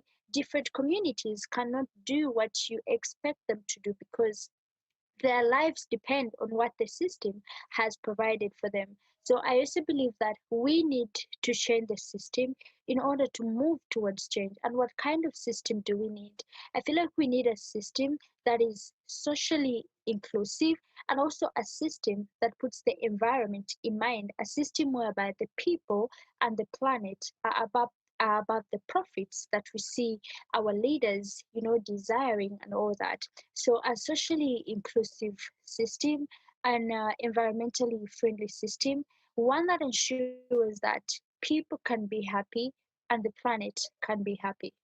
I think that's a very nice conclusion, Vanessa. I think it's clear that we want system change instead of climate change, and a system that puts people and the environment before profits. thank you very much for having this discussion. I don't know if there's a last thing you want to add.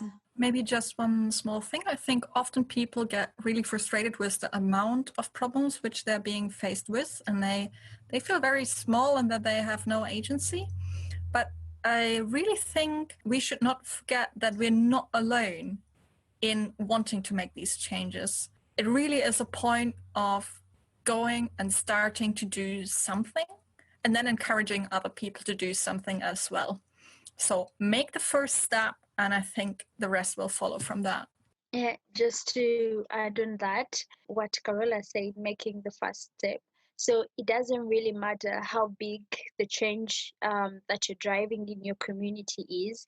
It's about those small acts. And many times I try to imagine different people or millions of people doing different, small acts of change in their community. I believe that when all these are put together, then we can be able to drive and see the change that we are looking forward to. So my last word would be change is possible, and we should just keep moving towards it because we can do it. The people working together, they are able to transform the world. Thank you very much, Vanessa and Carola.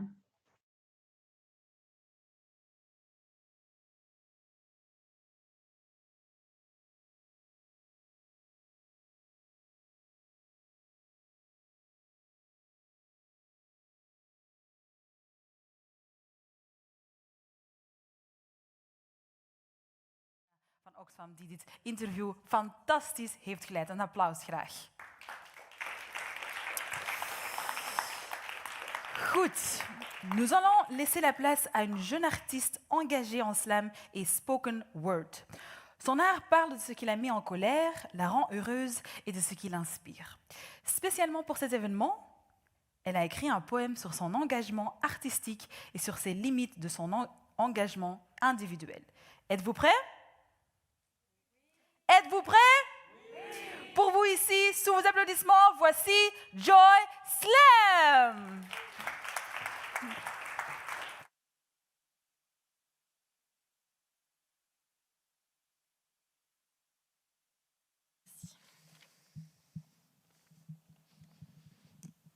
Bonjour à tous.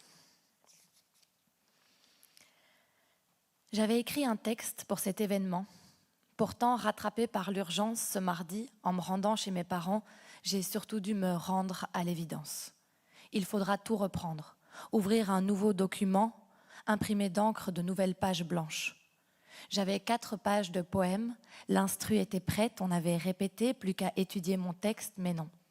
Impossible de ne pas être honnête, et tant pis pour l'instru et tant pis pour tout le reste. J'aurais voulu vous parler d'écologie, trouver les bonnes rimes pour le réchauffement climatique, les continents de plastique, trouver des métaphores inédites avec des trémolos pour la montée des eaux, provoquer un sursaut, trouver des mots magiques pour réveiller, pour s'indigner, pour dire que la 5G n'est pas l'avenir de l'humanité, que ces derniers temps, plus on gagne en progrès, plus on perd en solidarité. Trouver les mots pour les convaincre d'arrêter la course, d'arrêter de consommer au-delà des ressources. Des mots pour le pétrole, les guerres, les incendies, les bourses, le nucléaire, le textile, les esclaves ouïghours. Des mots pour convaincre les Occidentaux, en somme, que science sans conscience n'est que ruine de l'homme, que le progrès au service du profit nous détruit. Mais sincèrement, même dans le texte précédent, j'avais pas vraiment réussi. Et puis ce mardi, en arrivant chez mes parents, je comprends que tout ça, de toute façon, ça serait faire semblant, puisqu'il n'y a plus besoin d'être convaincante. L'ennemi se déguise déjà pour changer de camp.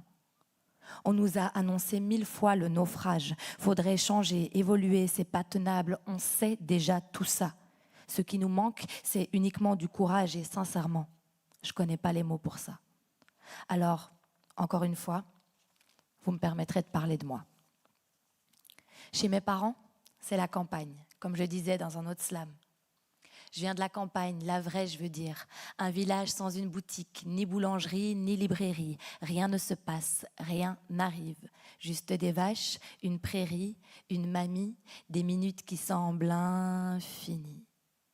Alors c'est vrai, depuis l'enfance, envers ma campagne, j'ai pas toujours été tendre. Quand t'es une artiste qui rêve de brûler les planches, accro aux rencontres, aux fiestas, même le dimanche, tu rêves pas de finir à Warnan, forcément. Mais j'ai appris à l'aimer passionnément, le petit bled de mes parents. Mes parents, ils vivent au milieu des champs, près d'une rivière depuis plus de 30 ans. Mon père, belgo-italien à la base Carolo, a choisi les campagnes namuroises pour son élevage d'escargots. Un rêve lancé après ses études d'agronome, devenu une entreprise développée sans l'aide de personne, à part le soutien permanent de ma daronne. Mon père, c'est le roi des gastéropodes en quelque sorte, à la fois un chef incroyable derrière les casseroles et un homme de la terre qui enfile chaque jour ses bottes. Aujourd'hui, il a plusieurs employés, dont ma mère. Il a acquis sa petite renommée, mais on a connu la galère. Durant des années, je l'ai vu bosser 7 jours sur 7. Et ça s'est pas beaucoup calmé, même si on a fêté ses 57. Je l'ai vu bosser, malgré la fatigue, la peur, le stress. Je l'ai vu payer ses employés plus que lui, cuisiner parfois toute la nuit. Je l'ai vu se battre pour des prêts, des subsides, se faire emmerder par l'AFSCA, les contrôles du fisc. Je l'ai vu produire du bio sans label, découragé par un système qui marche sur la tête. Je l'ai vu enragé devant les impôts, les charges, les factures, essayer de rassurer ma mère en sachant que demain serait dur. Beaucoup de sueur, très peu de vacances. Quelques lueurs, beaucoup de nuits blanches. Une vie d'indépendant classique, une vie de petit agriculteur banal en Belgique. Depuis tout ce temps, mes parents, ce qui les fait tenir, c'est de vivre dans un cadre idyllique. La nature à portée de pied, en dehors des motos qui hurlent dans la vallée, prenant pour un circuit le long de la Molinier, où Arnan, c'est un havre de tranquillité. Et moi, je ne supporte le béton de mon quartier que parce que je sais qu'il reste de la biodiversité à juste 1h15 de train avec la SNCB. Des oiseaux, des insectes, des sangliers, des animaux qui laissent des traces sur les sentiers. Warnan, même moi, adulte, après avoir beaucoup voyagé, je dois reconnaître sa beauté alors que j'aimais tellement la critiquer. Ce mardi, donc, j'apprends que les 22 hectares de prairies et de petits bois qui composent le paysage sont censés devenir un gigantesque parc noir. 58 000 panneaux photovoltaïques, 200 camions, 8 mois de travaux, 6 cabines électriques. Détruire les écosystèmes pour rendre plus propre l'énergie. Apparemment, ça semble pas trop surréaliste pour la Belgique. Promettre le mieux, construire le pire, quoi de plus normal, certes, un classique. On enlève la partie logique du mot écologique.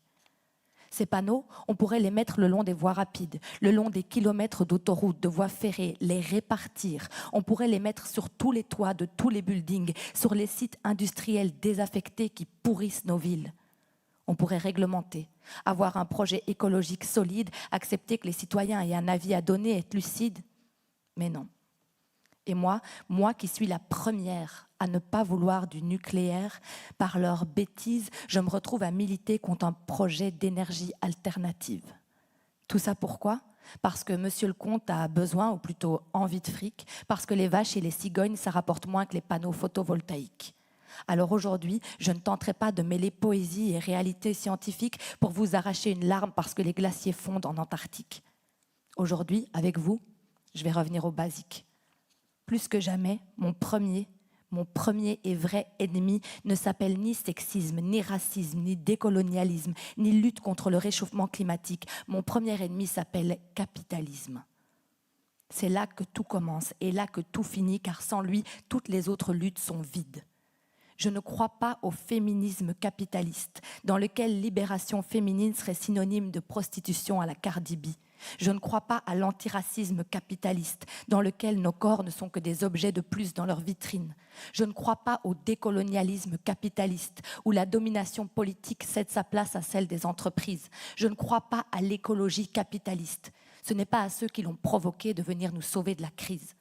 J'emmerde le capitalisme. Parce que je suis née et que j'ai grandi ici. Parce qu'il y a longtemps que j'ai compris que tout finit en histoire de gros sous dans mon pays, free party pour la corruption des politiques, l'évasion fiscale, le trafic, abonné au scandale, Carolo, Publifin, Samu Social, vente d'armes, achat d'avions de chasse pour 3 milliards, juste le sommet d'un iceberg monumental. Ils ont transformé le citoyen en bureaucrate, accro à sa paix, à son confort, à sa télé, à son gasoil. Ils ont réussi à nous convaincre que l'homme était profondément capitaliste, égoïste, cynique, depuis la nuit des temps. Si. La preuve, le capitalisme, plus aucun peuple ne lui résiste. Mentir, placer le profit avant la vie, la matière avant l'esprit, faire de son pays un joli plateau de Monopoly. Les Africains sont bons élèves, ils ont très vite appris et il ne reste plus que les casinos et des réserves pourries pour les Indiens d'Amérique. Avec de la peur et des images, ils ont construit un paradigme. Sans repère, aveuglés, paumés, on ne trouve plus la sortie. Ceux qui cherchent à s'enfuir seront taxés de complotistes et s'ils sont prêts à mourir et tout détruire, alors ça sera des terroristes. Je sais que ma pensée les dérange, mais eux, ils me proposent quoi ? Je rêve de prendre mes distances, pas de vivre dans un clip de rap, à secouer mon boule au bord d'une piscine en buvant du champagne. Mais comment on fait quand même au fond de ta campagne, les voilà qui te rattrapent et qui débarquent ? Ma mère métisse burundaise, elle croyait qu'il suffisait de trouver un refuge, loin de l'Afrique et de ses lendemains d'incertitude. Cultiver son jardin, élever ses poules, manger ses légumes, ignorer les racistes, éteindre la télé et faire des confitures, avoir des briques solides, laisser passer le déluge. Mais même à Warnan, la paix, on vous la refuse. Le capitalisme rattrape et persécute même les recluses. À leurs conneries, à leur choix du profit, j'arrive plus à trouver d'excuses. J'ai l'impression de nager à contre-courant, d'être la seule qui ne trempe pas en entendant le mot décroissance. Cette semaine, j'ai quitté les réseaux sociaux assourdissants. Accro, je veux réapprendre à vivre sans écran. Je me suis fait des dreads comme à l'adolescence. J'essaye d'apprendre à dompter ma colère loin de l'hypocrisie des gens, mais comment ? Comment vivre à leur côté ? Comment faire semblant ? Comment marcher dans ma ville agressée par leur publicité débile ? Comment faire du shopping ? J'ai jamais réussi à laisser mon cerveau sur le parking. Je sais l'esclavage non mentionné sur l'étiquette, le chimique qui nous agresse, le manque d'éthique de ce qu'on achète, les fringues qui parcourent des milliers de kilomètres. Et comment supporter les artistes ? Créer, c'est du temps et du fric, donc ils font tous des compromis pour faire des films ou de la musique, vendre leur image pour des conneries. Comment supporter le merchandising, les réseaux sociaux, où il est normal de faire de son corps un panneau, de vendre son âme pour quelques euros ? Comment rire à leurs blagues, comment les trouver drôles, comment faire mes courses, comment me nourrir entre souffrance animale et pesticides quand je sais que mes aliments sont remplis de mauvaises énergies, mais que manger bio est une vraie ruine et que mon compte est trop souvent en négatif. Comment acheter des jouets pour ma fille, comment regarder un film, comment supporter leurs philosophes, leurs journalistes, comment regarder même encore un documentaire. Attendez, je vous explique. Il y a quelques jours, je zappe une nuit d'insomnie. France O, Polynésie française. Des Blancs, venus de métropole, pleins de diplômes, de sciences, de privilèges, viennent interdire la consommation de tortues aux indigènes, culture alimentaire ancestrale millénaire, interdite, sous prétexte que les tortues sont en train de disparaître. D'ailleurs, les Blancs vont les pucer pour mieux les suivre en mer. Ok, juste 2 secondes. On s'arrête. Dites-moi, qui est responsable de l'extinction des espèces? Qui exploite, colonise, détruit, pollue, produit des tonnes de déchets? Qui ferait mieux de fermer sa gueule et de se faire tout petit? Qui ferait mieux de ravaler sa science et son progrès pourri? Qui ferait mieux pour une fois de s'asseoir, de se taire et d'apprendre?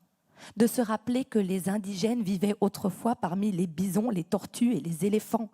C'est quand qu'il apprend des autres, le blanc. C'est quand qu'il arrête de croire qu'il a raison tout le temps. Et comment leur expliquer puisqu'on n'a pas le droit de dire le blanc? Puisqu'ils te diront indigènes, polynésiens ou parisiens, pas de différence. Tous français, pas de couleur, pas de colonisation. Non, pas de différence. Juste le sang de leurs ancêtres au profit de votre silence. Juste la destruction de leur culture au profit de votre science. Le mépris de leur savoir et connaissance au profit de votre intelligence. Mais pourquoi tu t'énerves? T'as qu'à changer de chaîne. Et si rien ne te plaît, passe à YouTube ou Netflix sur ta tablette. J'ai l'impression d'être un extraterrestre sur une planète qui tourne à l'envers. Ils ont détruit la tête, pourri nos têtes. Maintenant, faites place, ils vont tout réparer. Avec la même économie, la même politique, juste un peu greenwashée, bien sûr qu'ils peuvent tout arranger. Comment leur expliquer? Comment leur expliquer que pour une fois, il suffirait de ne plus rien déranger?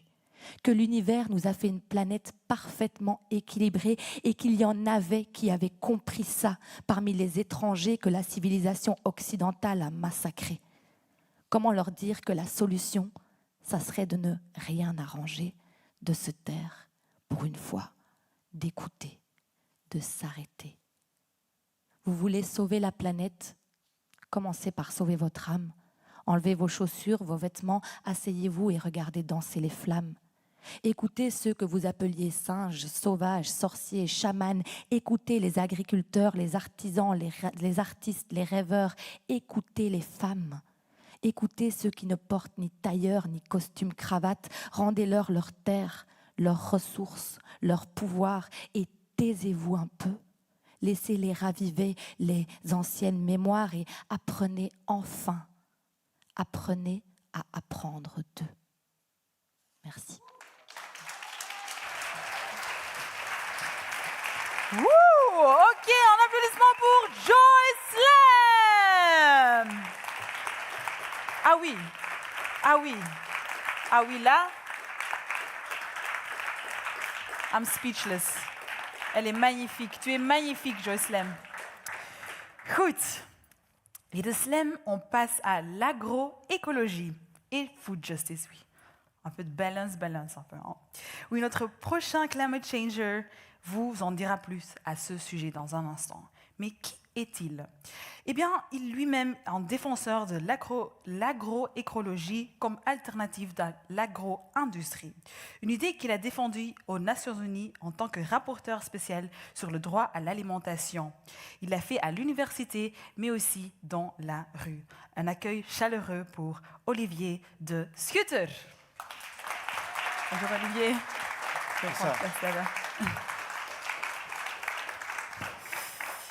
Voilà, bienvenue Olivier dans la salle aux Beaux-Arts ici aujourd'hui. Comment allez-vous, ça va? Bonsoir, je vais très bien. Oui. Ravi d'être accueilli par vous et mes fidèles. Ok, super, merci. Alors, comment trouvez-vous l'événement à présent? Je n'ai pu assister qu'à la dernière partie, mais je trouvais que ce récit autobiographique était absolument magnifique et très émouvant. Moi aussi. Effectivement. Alors, nous allons parler un peu de l'agroécologie ensemble. Bien sûr, je vais passer la parole aussi à quelqu'un aussi dans le public tout à l'heure, comme on l'a fait tout à l'heure, et aussi une personne en ligne pour poser une question tout à l'heure à Olivier. Mais ma première question, bien sûr, parce que l'agroécologie, c'est un grand terme, bien sûr. Peut-on d'abord expliquer un peu de mots aux gens ici et aux gens à la maison, la différence entre l'agroécologie et l'agro-industrie?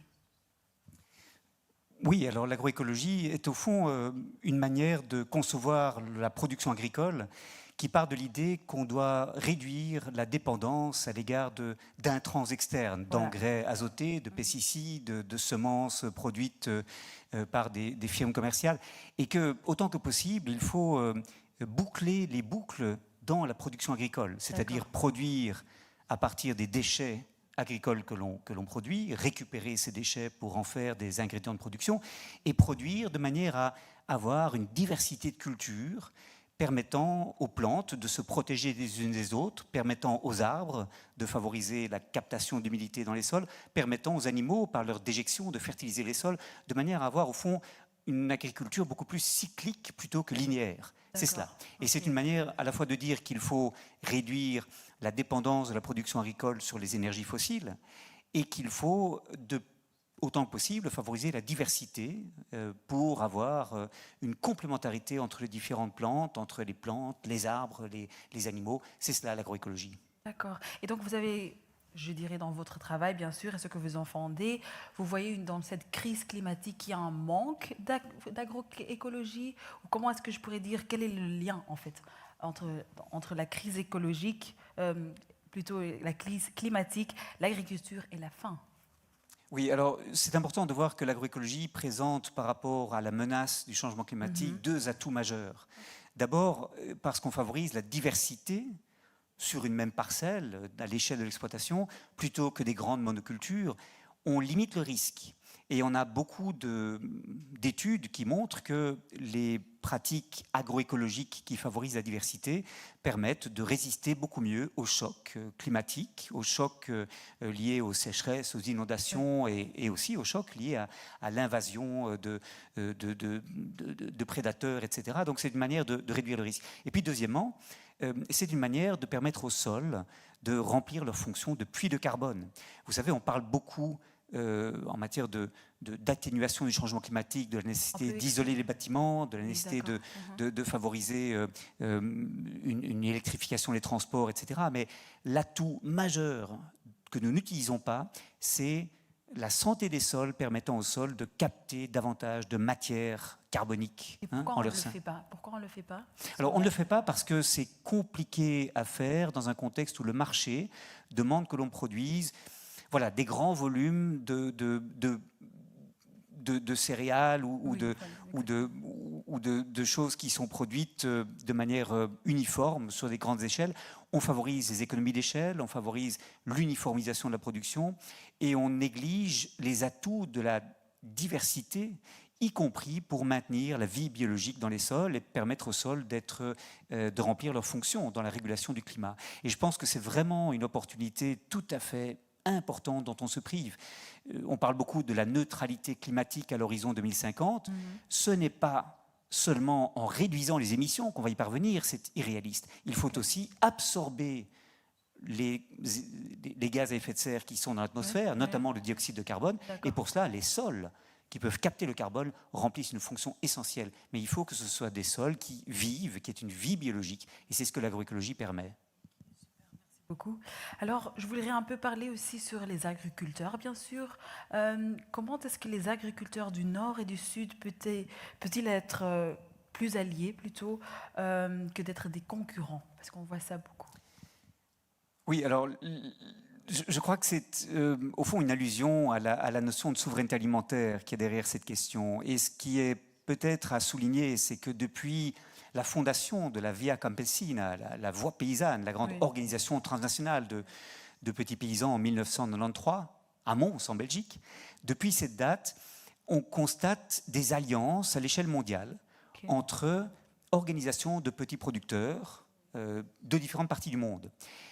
Alors, ils ont forgé le concept de souveraineté alimentaire, mais c'est un concept très paradoxal, parce que la souveraineté alimentaire, c'est en fait dire que les choix de politique agricole ne doivent pas dépendre des attentes des marchés internationaux. Ces choix de politique agricole doivent d'abord satisfaire les besoins des communautés locales et doivent donner par conséquent une chance aux petits agriculteurs, aux petites agricultrices travaillant sur des parcelles de plus petite taille, d'avoir accès à ces marchés qui sont les plus proches pour eux.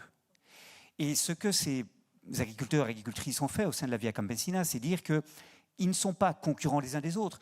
Leur véritable adversaire, ce sont les grandes firmes de l'agrobusiness, les grandes firmes transnationales qui les mettent en concurrence, qui réduisent les prix qu'ils payent aux producteurs et qui favorisent les exploitations de grande taille, les économies d'échelle, l'efficience dans la production, au détriment de la capacité pour les exploitations de petite taille ou les exploitations familiales de survivre.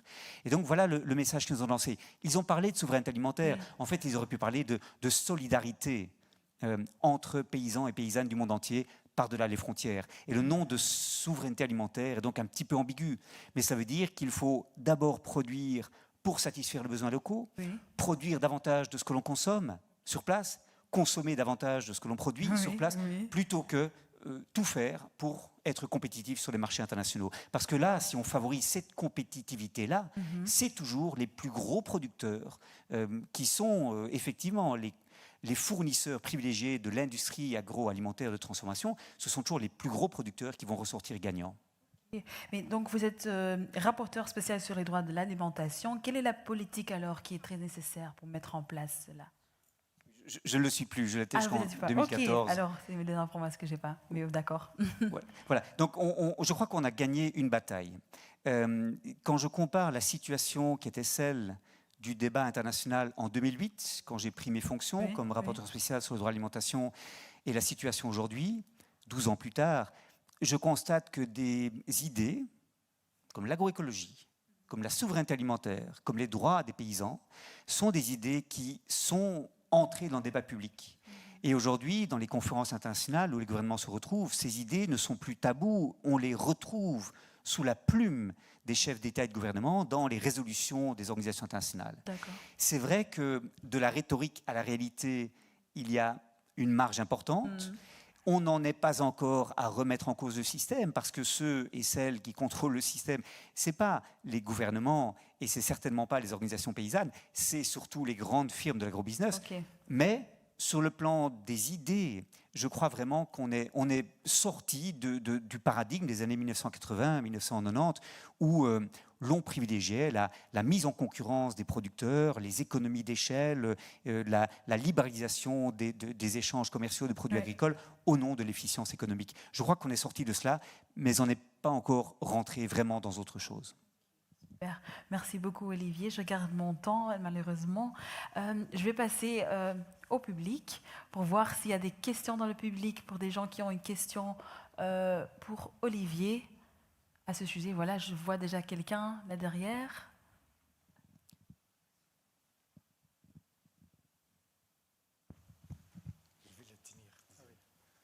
Bonjour, monsieur Olivier et discuteur. Je vous parle en tant qu'étudiant. Et l'agroécologie est un domaine qui m'intéresse beaucoup et je vous ai écouté dans les documentaires Demain et plusieurs vidéos. Et je voulais juste savoir si vous connaissez des formations en agroécologie ou des organisations en Belgique pour poursuivre ma formation. Parce que là, j'ai un master en développement durable et je voudrais me spécialiser en agroécologie. Et je voulais juste savoir si vous connaissiez des formations ici à Bruxelles ou en Belgique. Voilà. D'accord, je vais juste répéter la question pour aussi les gens en ligne. Comme ça, ils ont, parce qu'avec le masque, c'est pas toujours très clair. Donc, s'il y a des formations ici en Belgique concernant l'agroécologie. Voilà. Oui, alors d'abord, la question est importante, bien au-delà de, évidemment, votre situation individuelle. Je crois que dans les écoles d'agronomie en général, on n'enseigne pas assez l'agroécologie. Et en fait, je crois qu'il y a dans l'agroécologie une difficulté à la mettre en avant, c'est qu'elle mise sur l'inventivité des agriculteurs et des agricultrices dans les contextes agroécologiques où celles-ci travaillent. Et ce n'est pas un savoir qui est monopolisé par les technocrates, par les vendeurs de pesticides et d'engrais. C'est quelque chose qui est très décentralisé et qui mise sur l'innovation dont chacun est capable. Et donc, c'est quelque chose qui n'est pas commode d'enseigner dans les facultés d'agronomie parce que la solution agroécologique, par exemple l'agroforesterie pour que les arbres permettent de protéger des rayons du soleil les cultures et permettent au sol de mieux capter l'eau de pluie, ou bien la combinaison de cultures pour protéger les plantes les unes des autres, pour éviter de devoir faire appel à des pesticides, etc. C'est quelque chose qui est très très contextuel comme savoir. Et donc ça s'enseigne peu. Mais ça commence à être de plus en plus débattu. Et il y a un master en agroécologie spécialisé, qui est un master d'1 an en Belgique, co-organisé par l'Université de Louvain et l'Université de Liège, qui chaque année diplôme 25, 30 étudiants. Et ce qui est intéressant, c'est que ce n'est pas seulement des étudiants et étudiantes en agronomie qui sortent bio-ingénieurs et qui font une année en agroécologie, c'est aussi des gens qui sont par exemple sociologues, politologues, etc.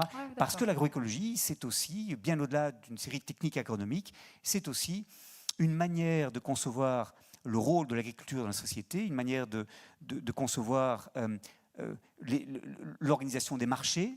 Il faut des marchés qui permettent d'écouler des produits et les paysans, paysannes qui pratiquent l'agroécologie n'ont pas toujours cette facilité-là. Et donc, c'est quelque chose de passionnant et de pluridisciplinaire. Donc, j'espère que c'est une réponse à votre question. D'accord. Donc, est-ce qu'on peut voir le fair trade aussi dans toute cette histoire comme une solution? Mais je crois qu'on a souvent commis l'erreur de réduire l'agroécologie à une série de techniques agronomiques.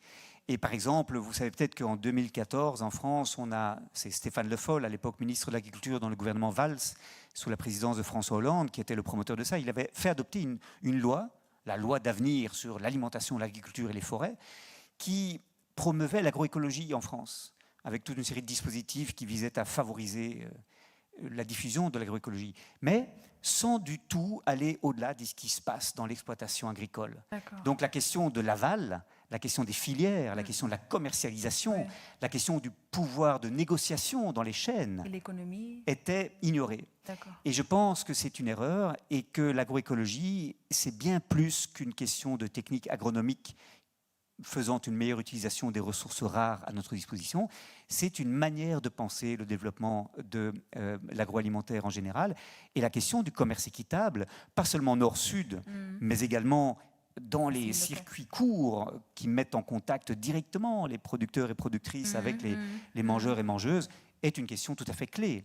Pourquoi ?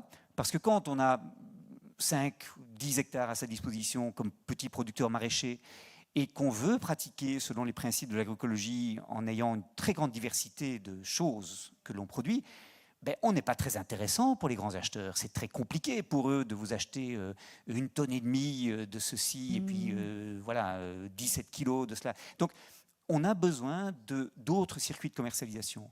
Et je crois que l'agroécologie n'aura de chance de vraiment se déployer et de montrer tout son potentiel que si on aménage aussi les marchés, qu'on favorise davantage les marchés locaux, régionaux, et pas seulement les grandes chaînes d'approvisionnement qui mondialisent la production.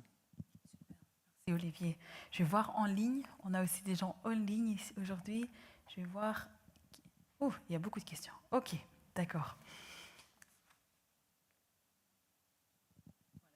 Il y a Wani à la maison qui a une question.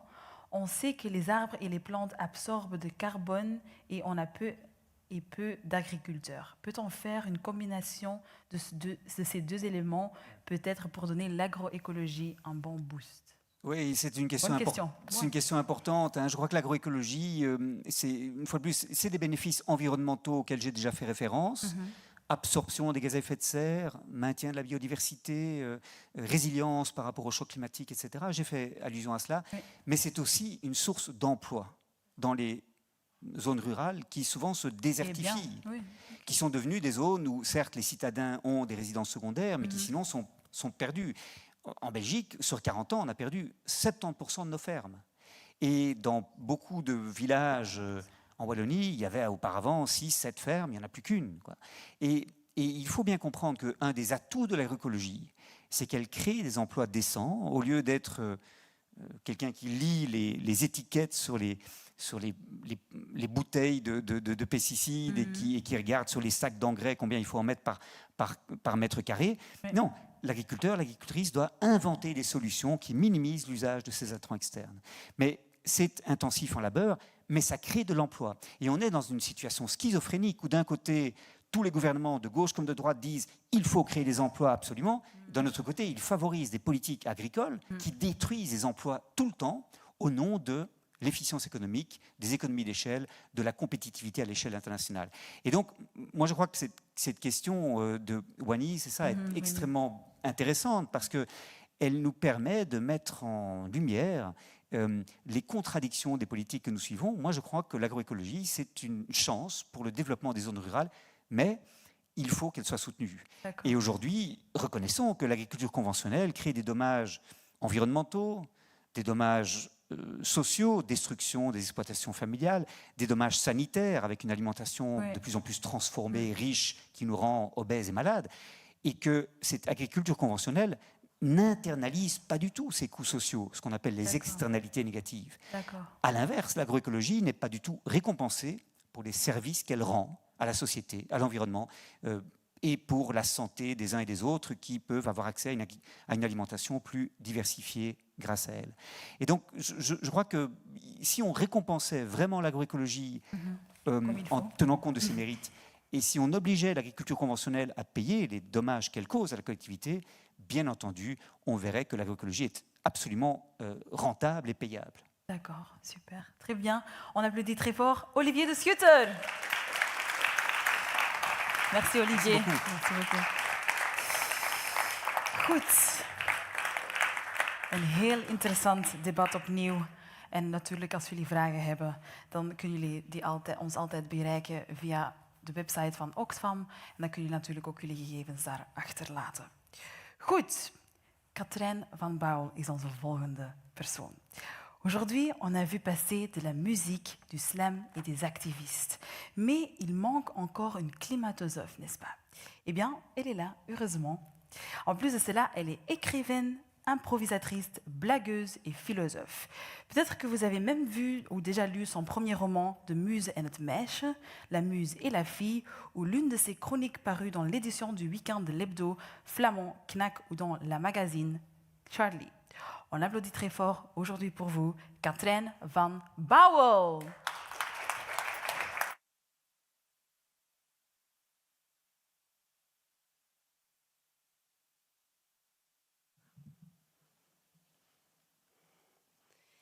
Ik weet nog heel goed hoe ik als jong meisje onder de indruk was.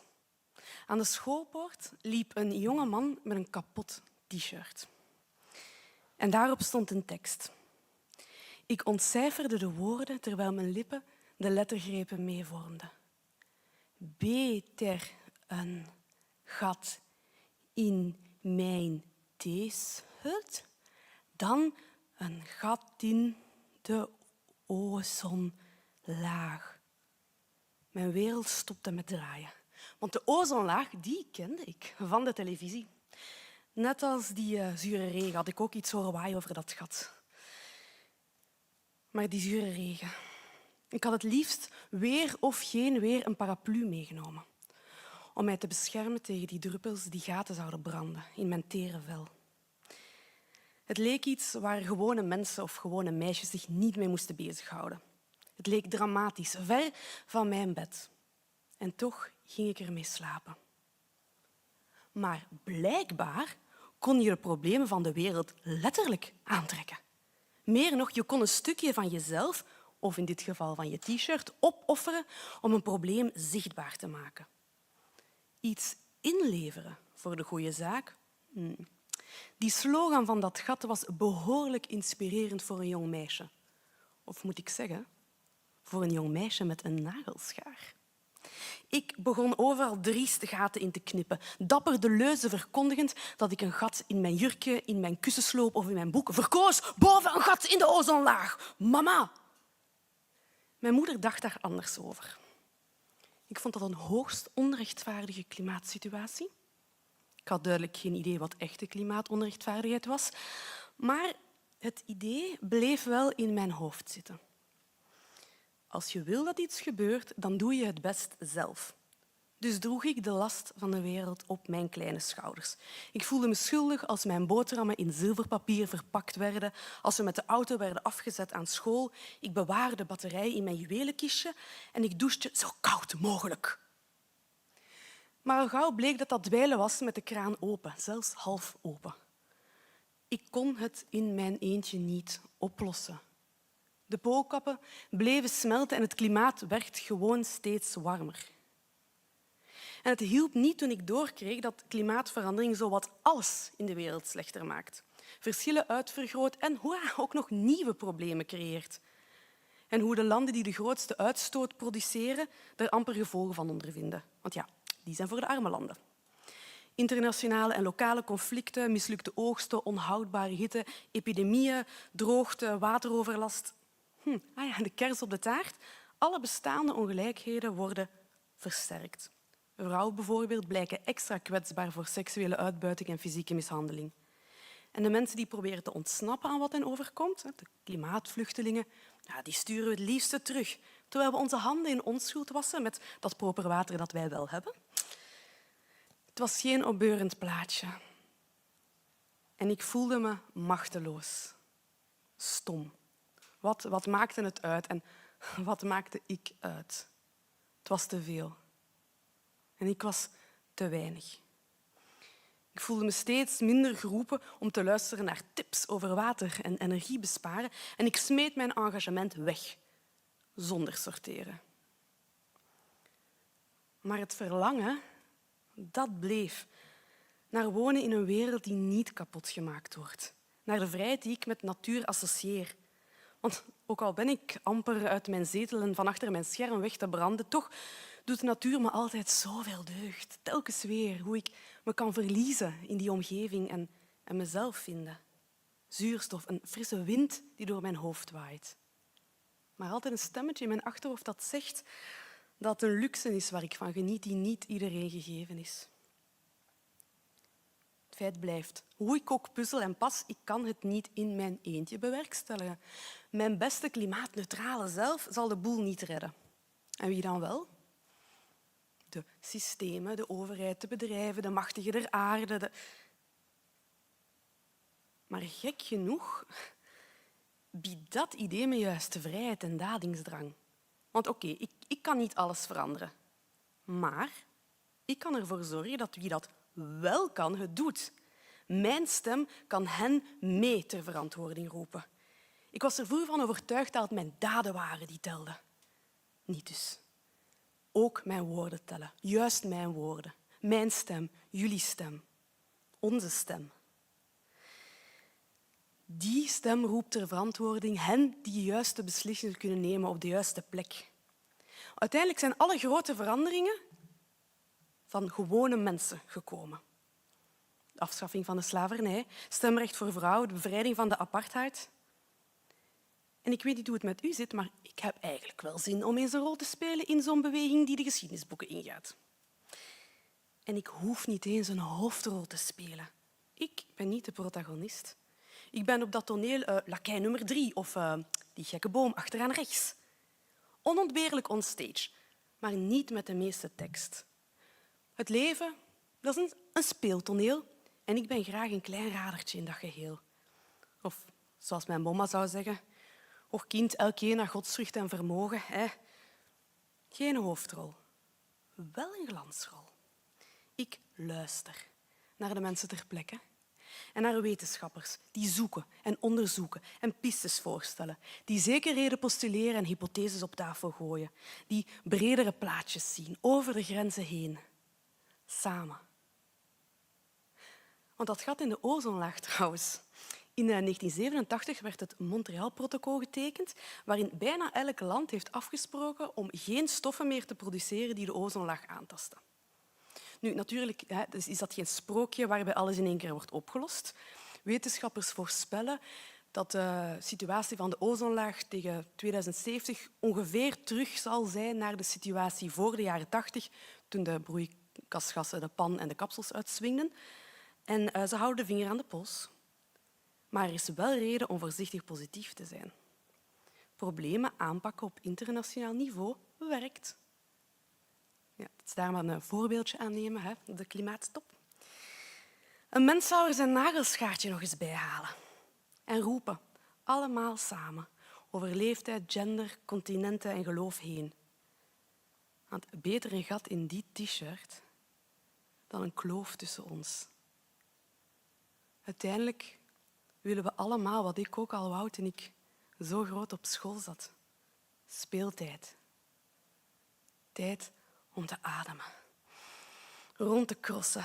Even in de natuur zitten. Gras onder uw voeten voelen kriebelen. En blij zijn met wat er is. En dat delen met zoveel mogelijk mensen. Tijd om te zijn, niet om te worden. Misschien gaan grote bedrijven met de dito-impact niet naar mij luisteren. Maar dan moeten regeringen maar de schaar inzetten. En het klein meisje in mij wil maar al te graag spelletjes spelen met die grote mensen. Tikkertje.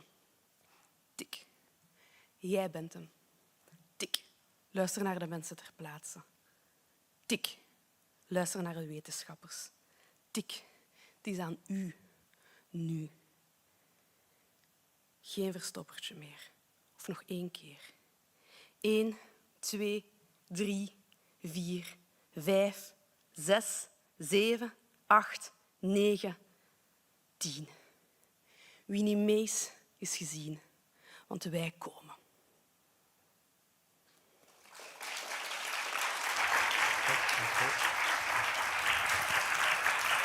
Dank u wel aan Katrijn van Bouwen. Wauw, wauw, wauw. Dank je wel, Katrijn, voor je prachtige bijdrage aan dit evenement. Een heel mooi evenement, een prachtig evenement. Mais malheureusement, notre événement vient à sa fin. Et oui, à toute chose vient une fin. Et je voudrais quand même d'abord qu'on prenne un peu le temps. Je vais repartir à Kim, ici. Kim, ça va? Ça a été l'événement? Is het goed gegaan? Ik denk het wel. Ja? Dat moet eerder aan de mensen vragen. Hoe is het schrijfwerk? Hoe is het tekenwerk vooral gegaan voor jou? Vlot. Vlot gegaan? Ja, okay, super. vlotter dan thuis. Vlotter dan... Daar zit ik niet op het podium te tekenen. Nee. Maar het was wel gezellig om jou hierbij te hebben. Graag een warm applaus voor Kim Duchateau.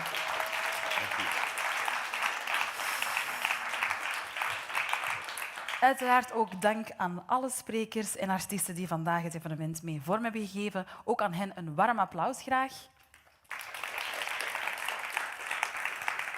Et bien sûr aussi à vous, ici au Beaux-Arts et les gens en ligne. Dank jullie wel om hier aanwezig te zijn geweest. Merci d'avoir participé. Et surtout ceux en ligne qui se sont retrouvés ici avec nous par hasard. Vous pouvez rester informés par le lien dans le chat. Vergeet niet jullie in te schrijven via de link in de chat om op de hoogte te blijven. En dan is er me nog dit. Dank jullie wel. Dit was Conversations with Climate Changers. J'espère que vous avez été inspirés pour devenir climate changer vous-même. Mijn naam is Mais, ik heb ervan genoten en ik hoop jullie ook. Tot een volgende keer. Veilig thuis. À la prochaine. Rentrez bien. Stay safe. Merci.